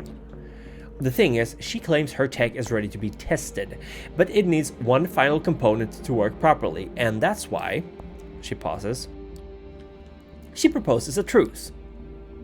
Fuck her. Malk David Chapman took the words right out of my fucking mouth. But no matter how much I hate her guts, this is a blessing in disguise. Hear me out. She picked a public place in Manhattan, neutral grounds where we can meet without fear that the other party might do something stupid and violate the Masquerade. She wants to just talk. David Chapman. Who's David Chapman? You will go there in my place and listen to her terms. We won't accept them, of course, especially not after she's just tried to kill us. You won't just steal her voice and walk away. Steal her voice? What next? Will you trade her mermaid tail for legs? Context collapsed. A Disney joke. Sweet. What next? Will you hit me with a topical Harry Potter reference? Like, for example, that J.K. Rowling is a TERF? Haven't heard that one before. I'm not trying to be obtuse here. Wait a second and let me explain my plan. She is a TERF, by the way. You see, there's only one way to even the odds.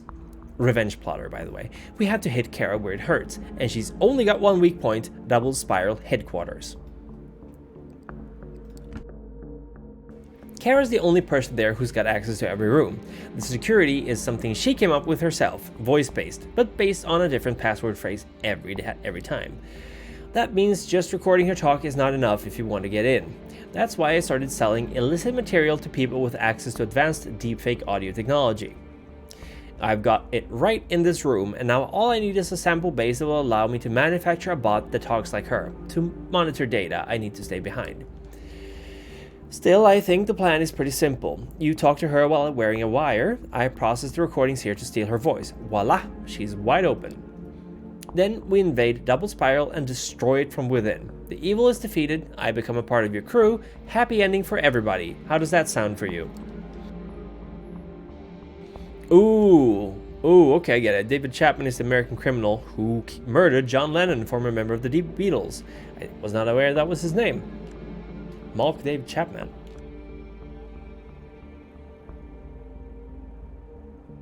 Honestly, this sounds fun. Happy to hear it. Hope shakes her head and claps her hands, and when she speaks up, she sounds different, more spaced out, stuttering. Anti-social engineering. Alright, let me fix you up with the hardware. She hands you a minuscule earpiece and starts attaching a small decorative pin to your clothes, along with some masked wiring. It's a directional microphone. I can clear up the audio later, but keep it pointed directly at Kara as much as possible. Alright? Yeah, Amanda and the gang burned down an entire building. Cue Always Sunny theme.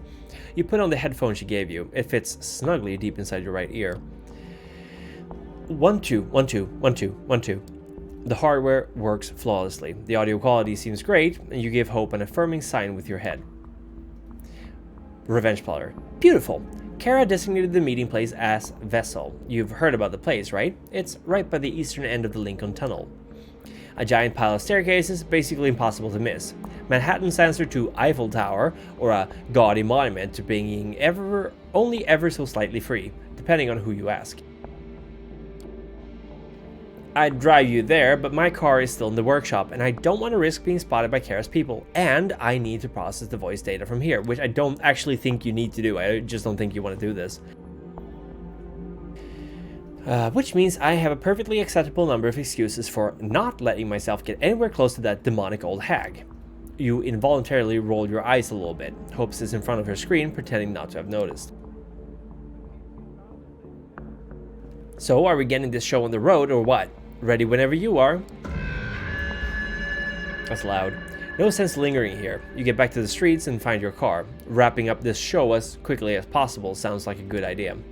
Around 30 minutes later, you are in front of Vessel. Hope's description: a giant pile of staircases wasn't particularly helpful. From the distance, the building looks more like a giant honeycomb, designed to swarm with tourist bees. At least during the day, that is. At the moment, the place is closed to general public. A few men who look vaguely threatening and out of place are making sure nobody unwanted gets in. However, you have no problem getting up the stairs. All it takes is an exchange of knowing glances with one of the guards. You are expected. A lone figure appears in your sight, staring down at the streets of Manhattan. You know, city people often complain about being unable to see the starry skies, but I always thought the real tragedy is how they're unable to appreciate man-made seas of light that surrounds them. I kind of feel the same way about cities, by the way. You can teach people a lot of things, but you can't teach them to see, huh? You recognize the face from Hope's phone. Finally, you meet Kara Montgomery in the flesh. She turns to you, puts on a wide smile, and shakes your hand with a firm grip. First, a representative of Sophie Langley, now a representative of Hope. Not the way I'd developed my own career, but I gotta say, not many neonates get around the way you do. I'm not even a neonate, I'm a freaking fledgling. Contents under pressure. Hardy fucking har. Hope speaks up in your ear for the first time, seething with contempt. Although Kara couldn't possibly have heard her, she immediately goes to address her absence. Can't say I expected her to actually arrive here, with you or instead of you. On the other hand, I'm sure every single word I say will be instantly relayed to her. Chinese Democrat. And for the first time in forever, your empty blabbering will serve an actual useful cause. So let me make sure we cut out everyone but the middleman for a while, okay? She takes out her phone and taps the touchscreen. In a few seconds, the barely perceptible buzzing sound in your ear disappears completely. You can't hear Hope anymore. It's probable she can't hear your voice right now either, which would mean she must be busy raging and cursing out everything in her sight at the moment. Yeah, I love Hope too. She's great. This obviously wasn't something she expected to happen. Could it be that Kara saw through your plan? You have to play it cool and see what happens next. Knowing Hope, you've probably heard whatever scraps can be Googled about me and a pile of insults for good measure. Obviously, I know everything there is to be known about you as well, Amanda. I don't believe we have a need for formal introductions, but first off, let me apologize for the discomfort my former employee has caused you. I wasn't remotely aware of his planned actions against Hope. I fully condemned them, and I'm glad to see you unharmed, and of course, applaud your swift disposal of the psycho.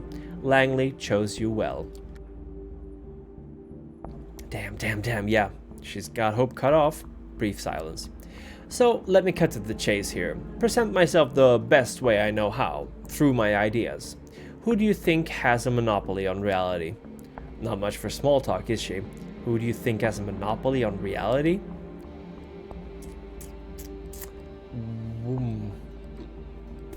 Corporations.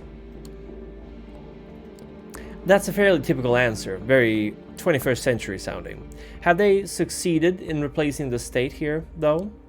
She signals to someone behind you, and for a while you've been watched by Kara's men who circle around the staircases, presumably her ghouls. One of them sets off downstairs. You know, Bolivia just had a military coup. Hundreds of new accounts posting about nothing but Bolivian politics in English set out to convince every random person online USA wasn't to blame.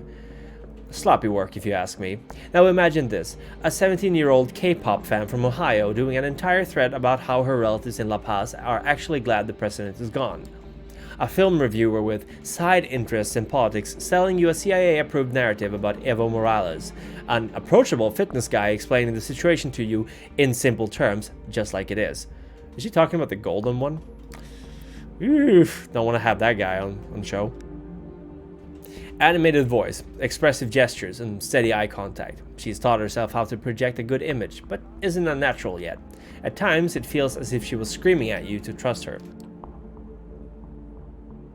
It's not hard to emulate the masses. Reach out to one of those Eastern European troll farms, bang, a few hours later you have a clone army that will instantly voice their support for any cause. You will spread your message, but you won't foster a new culture that serves your goals, won't masquerade your messaging as independent thought. For that, you need personalities, not the masses. But getting to emulate personalities, that's a whole different ballpark. Not a craft, but an art. You need to understand your fabrication so deeply you start to hate it, and then learn to love it. I like Kara too. And if you want to make a bunch of those personalities to follow one agenda, you need a once-in-a-lifetime team to achieve that. A like-minded artistic collective, both ambitious and obedient.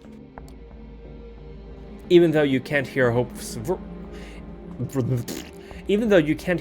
voice in your ear right now, you could swear you hear her in Kara's speech. It's the exact same tone she was using when monologuing in the car. One of them must have been a big influence on another, or perhaps they used to be in a position where they were both shaping each other's personas. Hard to say, only one thing is for sure, and that is Hope must be absolutely furious right now. Is it possible Kara knew about her plot? Fingers crossed she didn't. Is it possible that Hope and Kara are the same person? She can't be there. Pre-recorded. Suddenly there's no more recording of the voice of Hope. That's very out there, but that's going to be my theory for now. I think Kara and Hope are going to be the same person. The state is satisfied when an account that went unused for 5 years suddenly starts yelling imperialist propaganda into the void. The aging corporations are too set in their ways. But imagine a fresh startup that enabled proliferation of ideas adjacent to the prince's plans for the future. Now imagine it getting into bed with the biggest corporations and agencies. So many unlives that could be improved or even saved from the raids of First Light. I have the infrastructure. I have the Elders' support. First Light, by the way, is Second Inquisition's military arm, if I'm not mistaken. All I need now is a mastermind at the center of it all. Hope. Yes, hope. She looks down and takes in the scenery below for a while. Then she points at her t-shirt, one piece of clothing that's clashing with the rest of her outfit. You know, I'm a huge fan of punk. The leading idea of my company, Double Spiral, is to make everything I do a little bit punk. I'm all about clash ideas. I'm all about disruption. You wink a few times in quick succession. Oh yeah, yeah. That's a good. What do you call it? That's a good thing that you're bringing up, Anansi, that it could be a Theresa and Jeanette situation. I've already seen a lot of similarities to this game to Bloodlines, especially considering how you were embraced. But it would be a little too, how would you say it? A little too much to have them be the same person in this game as well. That's true. We can't see her skin. Hey, Vios, not Vios. Vios, how you doing? You're not slow. Welcome to the stream. I am unfortunately going to go offline in about 15 to 20 minutes. It's already been an hour and 50 minutes, but welcome. Hope you finished the game, though, because I'm pretty far ahead from where we started. She's that kind of a person. You've seen a lot of them in your old life. Another deluded executive who thinks they're on a mission from higher powers. Insufferable during meetings. Possibly did ayahuasca and can't shut up about it. Always desperate to come off as cool. I don't know what ayahuasca is. You collect yourself and escape the memory lane. Karis started talking about hope, so you'd better listen. To me, hope is as punk as it gets. A free spirit, fiercely independent. An eternal contrarian at odds with everything and everyone, developing her talents just because she finds it joyful. But God, does this girl need guidance. Not putting her talents to a better use, rotting away, posting inane bullshit all the time. What a waste. I have built an environment specifically to develop her talents and to let her become indispensable to our society, but she rejects it because of some idiotic hang-up. To be fair, I don't really know why your henchman tried to kill her, and you haven't really explained why he did it. I don't expect you to change your mind about me just because I kept japping and yapping. I just hope you'll keep my perspective in mind and serve as a voice of reason Hope really needs right now. Now that I had my say, how about we put our girl back on? She taps on her phone again. A silent buzz reappears in your right ear. You're bluffing. This is a better safe than sorry kind of thing, isn't it? There's no one listening in. Maybe you're right. Maybe not. VPN Samurai. She's 100 years too early to even think of accessing my comms. She's bullshitting you. Don't tell her anything but bullshit in return. Look who's back. Don't worry, she should have heard everything. I just wanted to spare you an annoying commentary track while I introduce myself. Excuse me for a second. One of Kara's guards, not bodyguard. Ooze. Oh, alright. It causes hallucinations and mind plus body high. Wow. Ooh. Well, that sounds like something I wouldn't want to try. I'm not much for hallucinations. Alright. One of Kara's guards approaches to show her something on his phone. Hope uses the distraction to get you up to speed with how the things are on her side. Hate America KKK beat? Hate America beat with triple Ks. Yeah, for a second there I was about to rage that the hag had gotten the better of us, but hey, go figure. She just wanted to take a piss in my Cheerios. The plan worked. Hey, Grash. Hi Grash, how you doing? Yeah, Grash. Sorry, my bad. I've got a lot of data from her monologuing and some private sources. No, wait, that's the wrong voice. But the more we gather, the better. This display here says some more K letters could be useful. So don't beat yourself about it if it fails, but if you get her to repeat something with K in it, that might improve our deepfake voice. It looks like Kara's done talking to the guard. Sorry about that. Looks like we've got another sudden meeting with a Google representative to attend shortly. Hope snorts. Not bragging, though. By the way, does anyone but Hope know about this little rendezvous? Your patron? Any other companion? Or maybe the Nosferatu?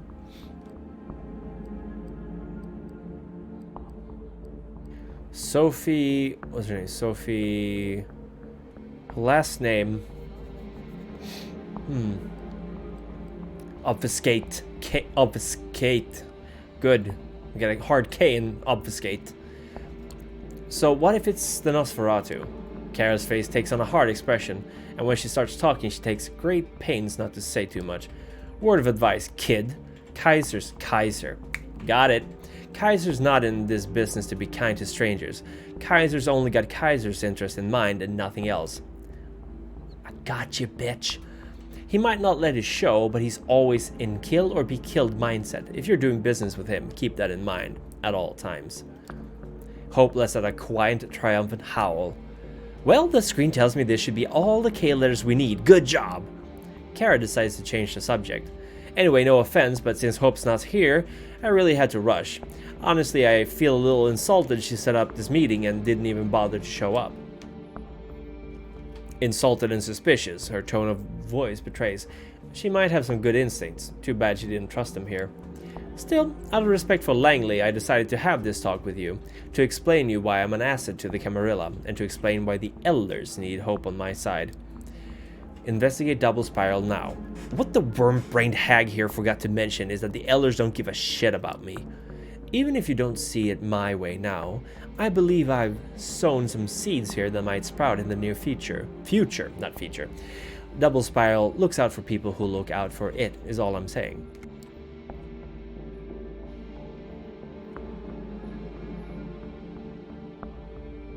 But before I leave, you know, there's one thing I really wish I knew.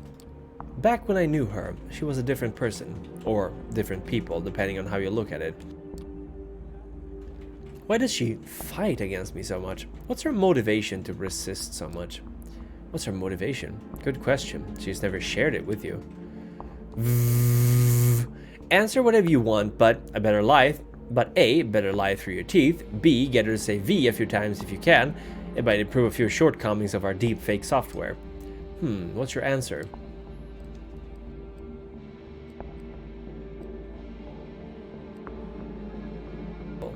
Survival. Survival.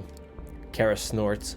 Spare me. If she just wanted to keep pulling through, she'd have a much better chance by my side. Pride or spite would be far more believable as an answer. Should have told me you either don't know or don't trust me. Survival. V times 2. Good attempt, at least.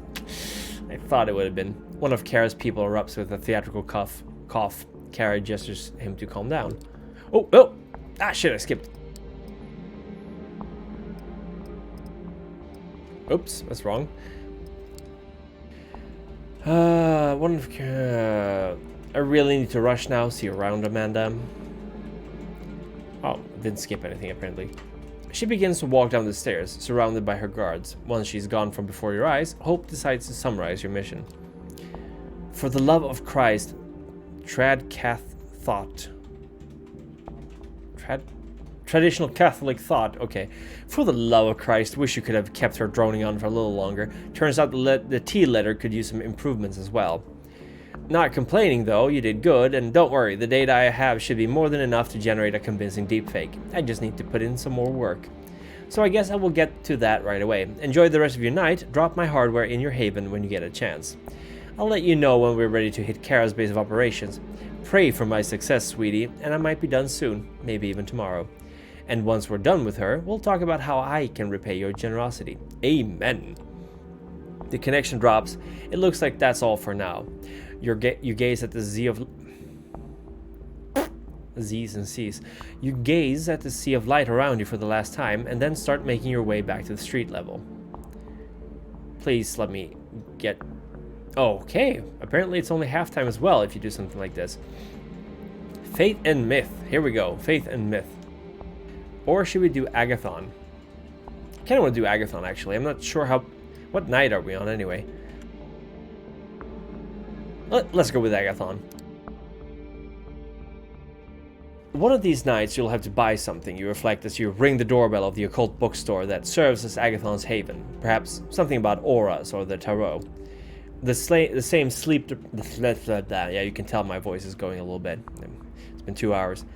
The same sleep-deprived blonde woman you saw on your first visit opens the door for you. Each kindred has their own servants, and Agathon seems to go for the tired Wiccan mom type. Oh, it's you. Come in. The woman disappears into the back room even as you close the door behind you. Lacking any better directions, you make your way up the stairs. At first, you thought the chanting was part of the ritual soundtrack that plays in the shop even at night.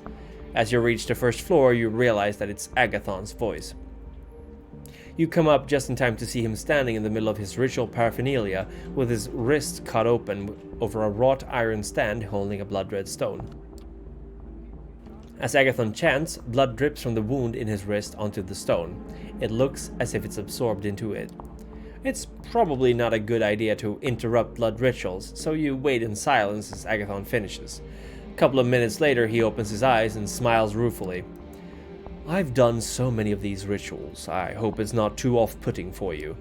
Agathon smears a bit of his own blood over the wound, and you see it close. It looks like he does it so often he barely pays attention to this reflex anymore. Aren't vampires supposed to be into blood?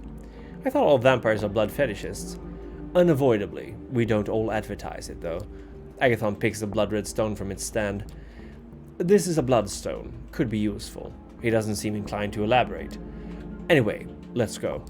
He pockets the stone and leads you back down the stairs and outside to his car.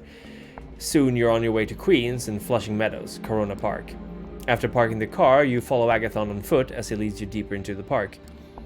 Coming to a New York park in the middle of the night might have worried you when you were alive, but now it's normal. If someone tries to mug you, it just means you'll have an opportunity to feed, as long as they got blue eyes. Agathon walks with purpose, as if he knows exactly where to go. You see the Unisphere, a giant metal structure of Earth, lit so parkgoers can appreciate it at night. Yeah, we've been here before. You're not sure how Agathon picks up his ritual spots, but he must have a purpose in mind. The sculpture stands in the background, giving his preparations dramatic weight. Stand watch while I perform a ritual. It'll reveal whether the notes we seek are here.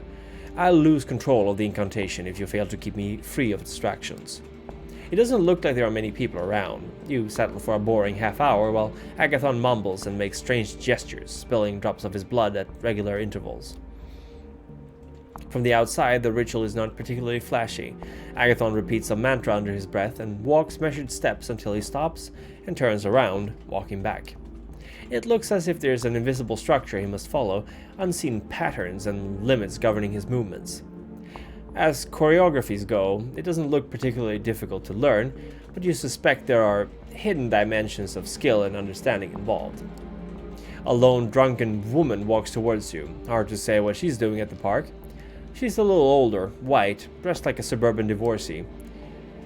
What's your friend doing? He's kinda hot. The woman's words are slurred by alcohol, but she seems to have decided that you are the evening's entertainment. Hey you, stop being weird and talk to me.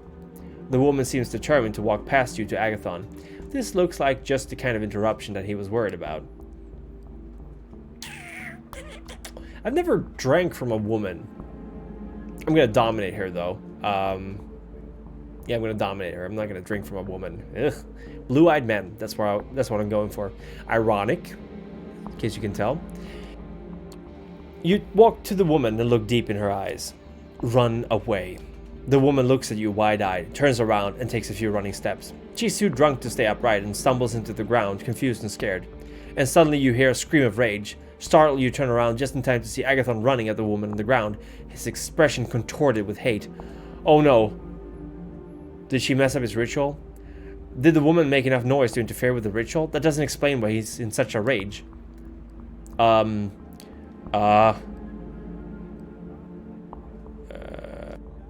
love how he subtly finds out. Yeah.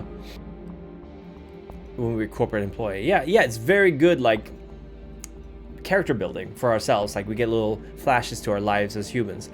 Should I intervene, though, guys? What do you think?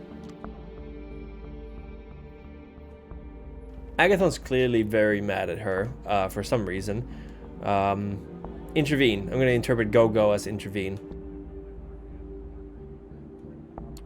You step between Agathon and the woman and lift your hand up in an attempt to calm him down. What are you doing? This is not you, Agathon. Agathon looks at you, wild-eyed, and for a second you're sure he'll attack you. You see him tensing for a punch. And suddenly he snaps out of it, shaking his head, looking at the terrified drunken woman in disgust and embarrassment. Thank you. I'm so sorry I had to see that. I don't usually lose control.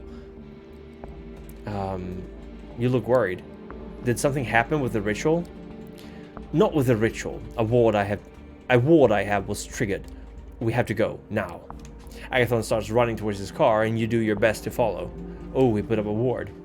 Usually Agathon drives more carefully than most humans you know, but now something is different. He's speeding, honking at every car that gets in your way. You're driving towards the Bronx, and twice Agathon almost collides with another car. He's clearly not used to driving fast, but something is overriding his usual caution. You screech to a stop in front of a red-tile apartment building. Agathon jumps out of the car and starts running, leaving you to take the keys from the ignition and close the doors. Agathon disappeared up the stairs, and you follow his agitated shouting. Abuela, it's me, Javi. Okay, well, I've been giving him completely wrong accent again. You come to the 5th floor, landing after a run that would have left your mortal self winded, to find Agathon banging on an apartment door and fiddling with his key ring. A few of the neighbors poke their heads out of the door, but nobody intervenes. Yeah, I should have given him a Spanish accent. I really don't know how to do that, and I don't want to butcher it, though. So, let's say he spent his younger years in the UK, and then just came here with his abuela. Agathon finds the right key and slams the door open, running inside. You follow, entering what looks like the home of an old Mexican lady. There are portraits on the mantelpiece and a crucifix on the wall.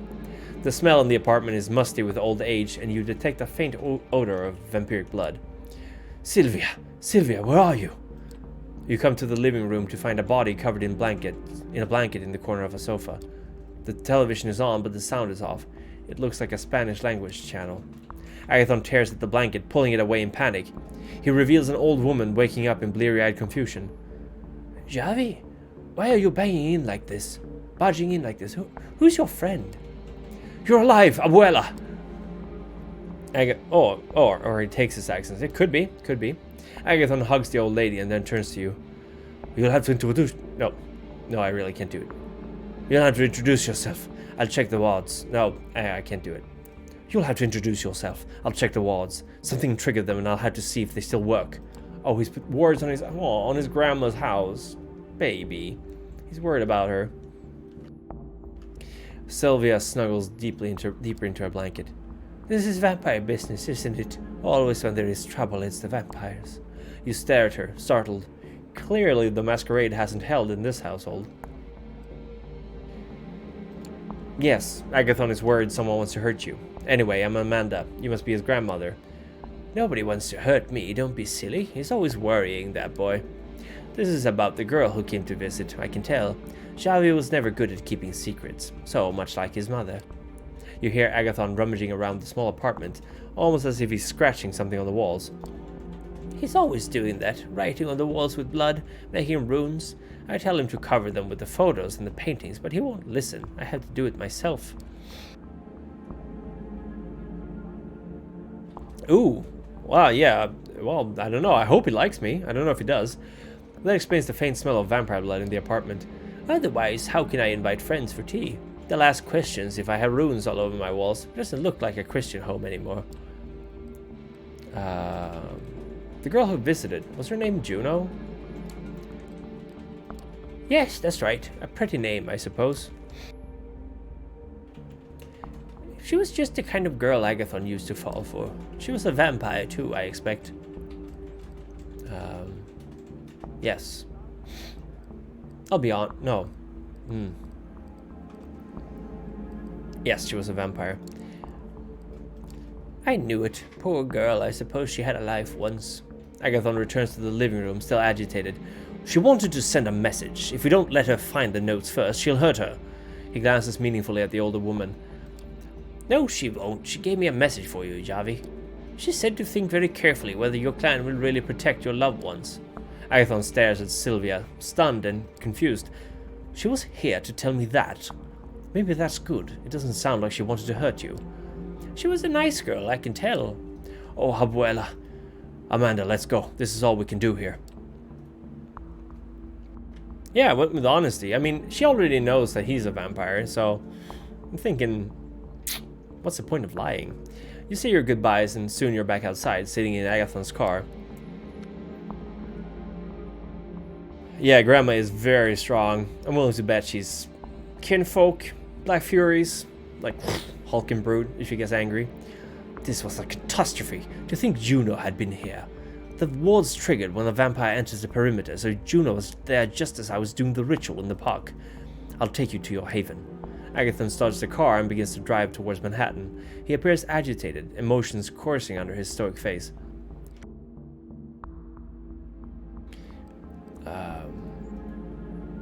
The message.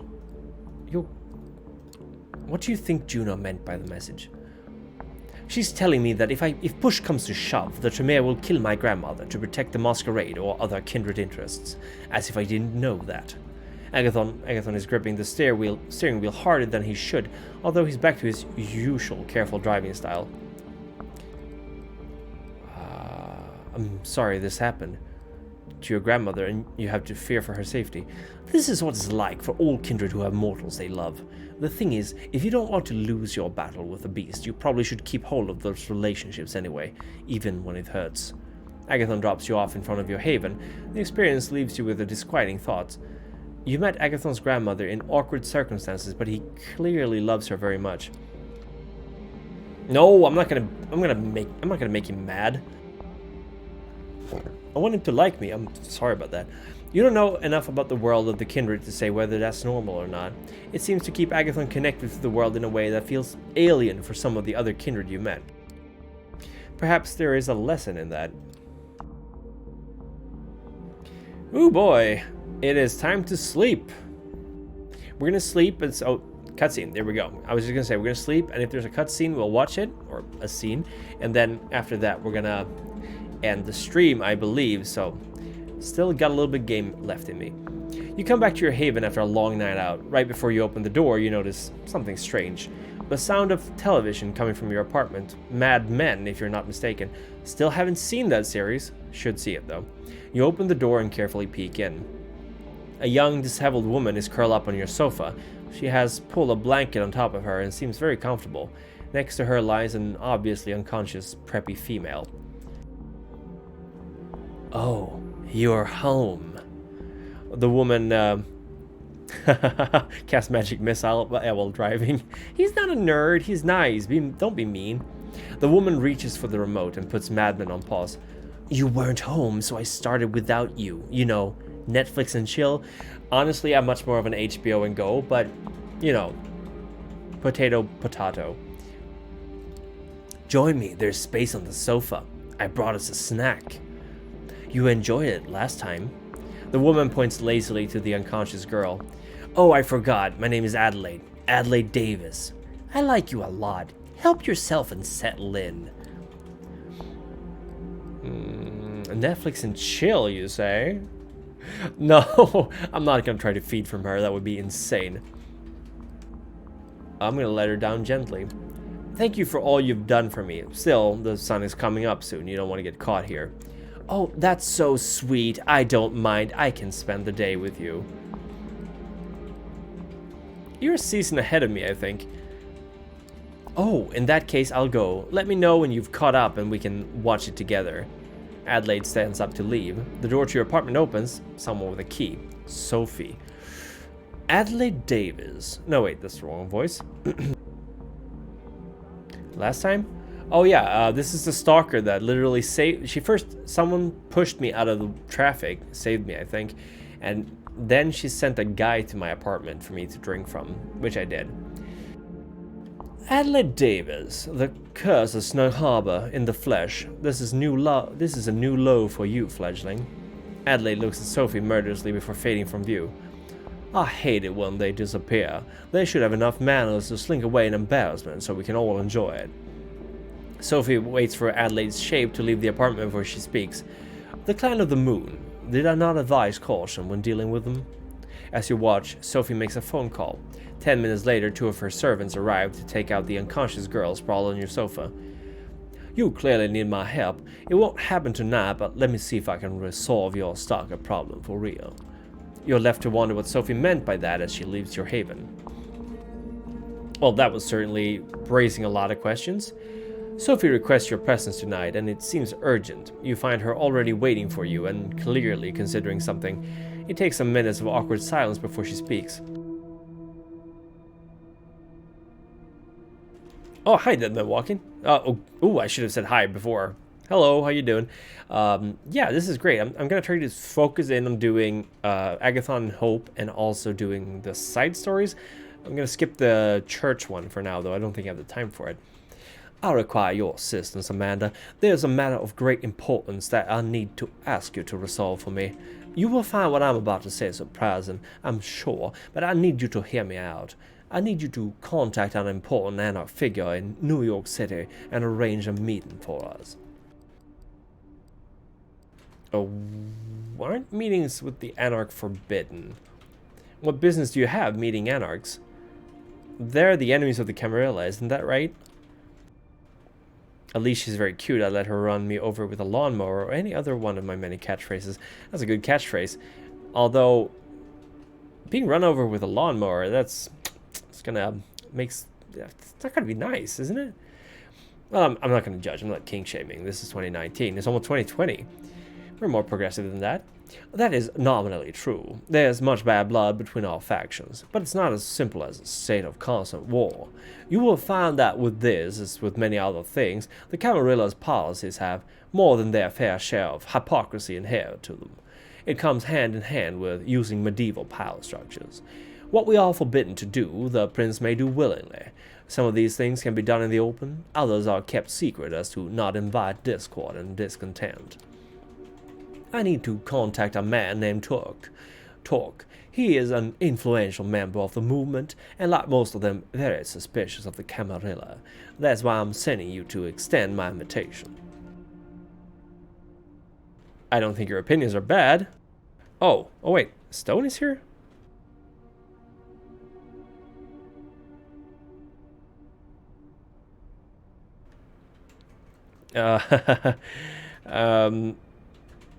Oh, well, I mean, I haven't done the church story, but I just did the first one, and then it felt like skipping it. How do I know he'll talk to me? He won't. Not yet, anyway. You need to start further down the chain and with the right story to spin. From our limited sources adjacent to the movement, I've gathered that your best chance to speak to Torque is to first meet with his right-hand woman, Mia. She's a regular at a club called the Leech Pit. I think it would be best if you presented yourself as an anarch hopeful, a fledgling looking for places to belong. Only once you talk to Torque directly should you mention my name in the meeting.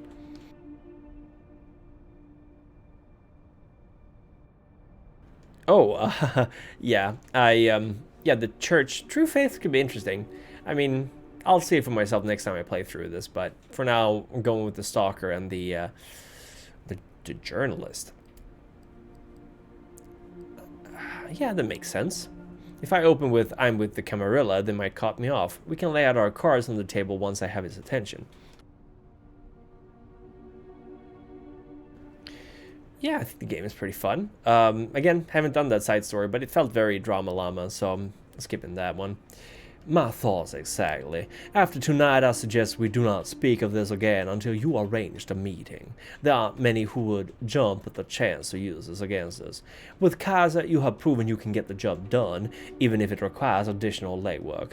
I'm trusting you to deal with this task as quickly and covertly as possible. Forgive me, but that's all the time I can spare tonight. What I'm asking of you is just a part of a bigger whole, and trust me, it will all be worth it.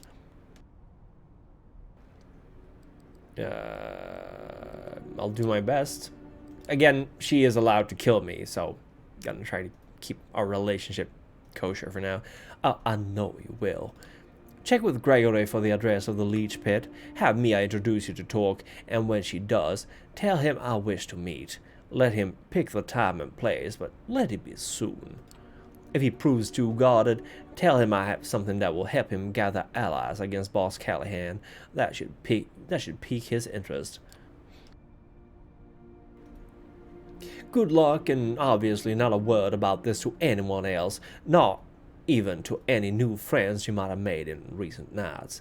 This stays between us. The way she says that final sentence suggests a not-so-veiled threat, but her warm smile belies that impression. You want her to keep trusting you. You wouldn't want to disappoint her. You don't have to use disciplines on me, Sophie.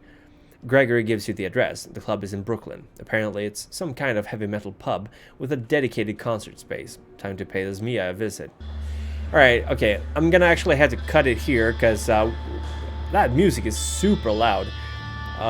It's been going for about 2 hours and 20 minutes. Thanks everyone for tuning in. I'm gonna probably do another stream past Christmas Eve, Christmas Day. Might be doing it the 26th, 27th. We'll see about it. 28th, there will be a special stream, which I hope we will be announcing soon.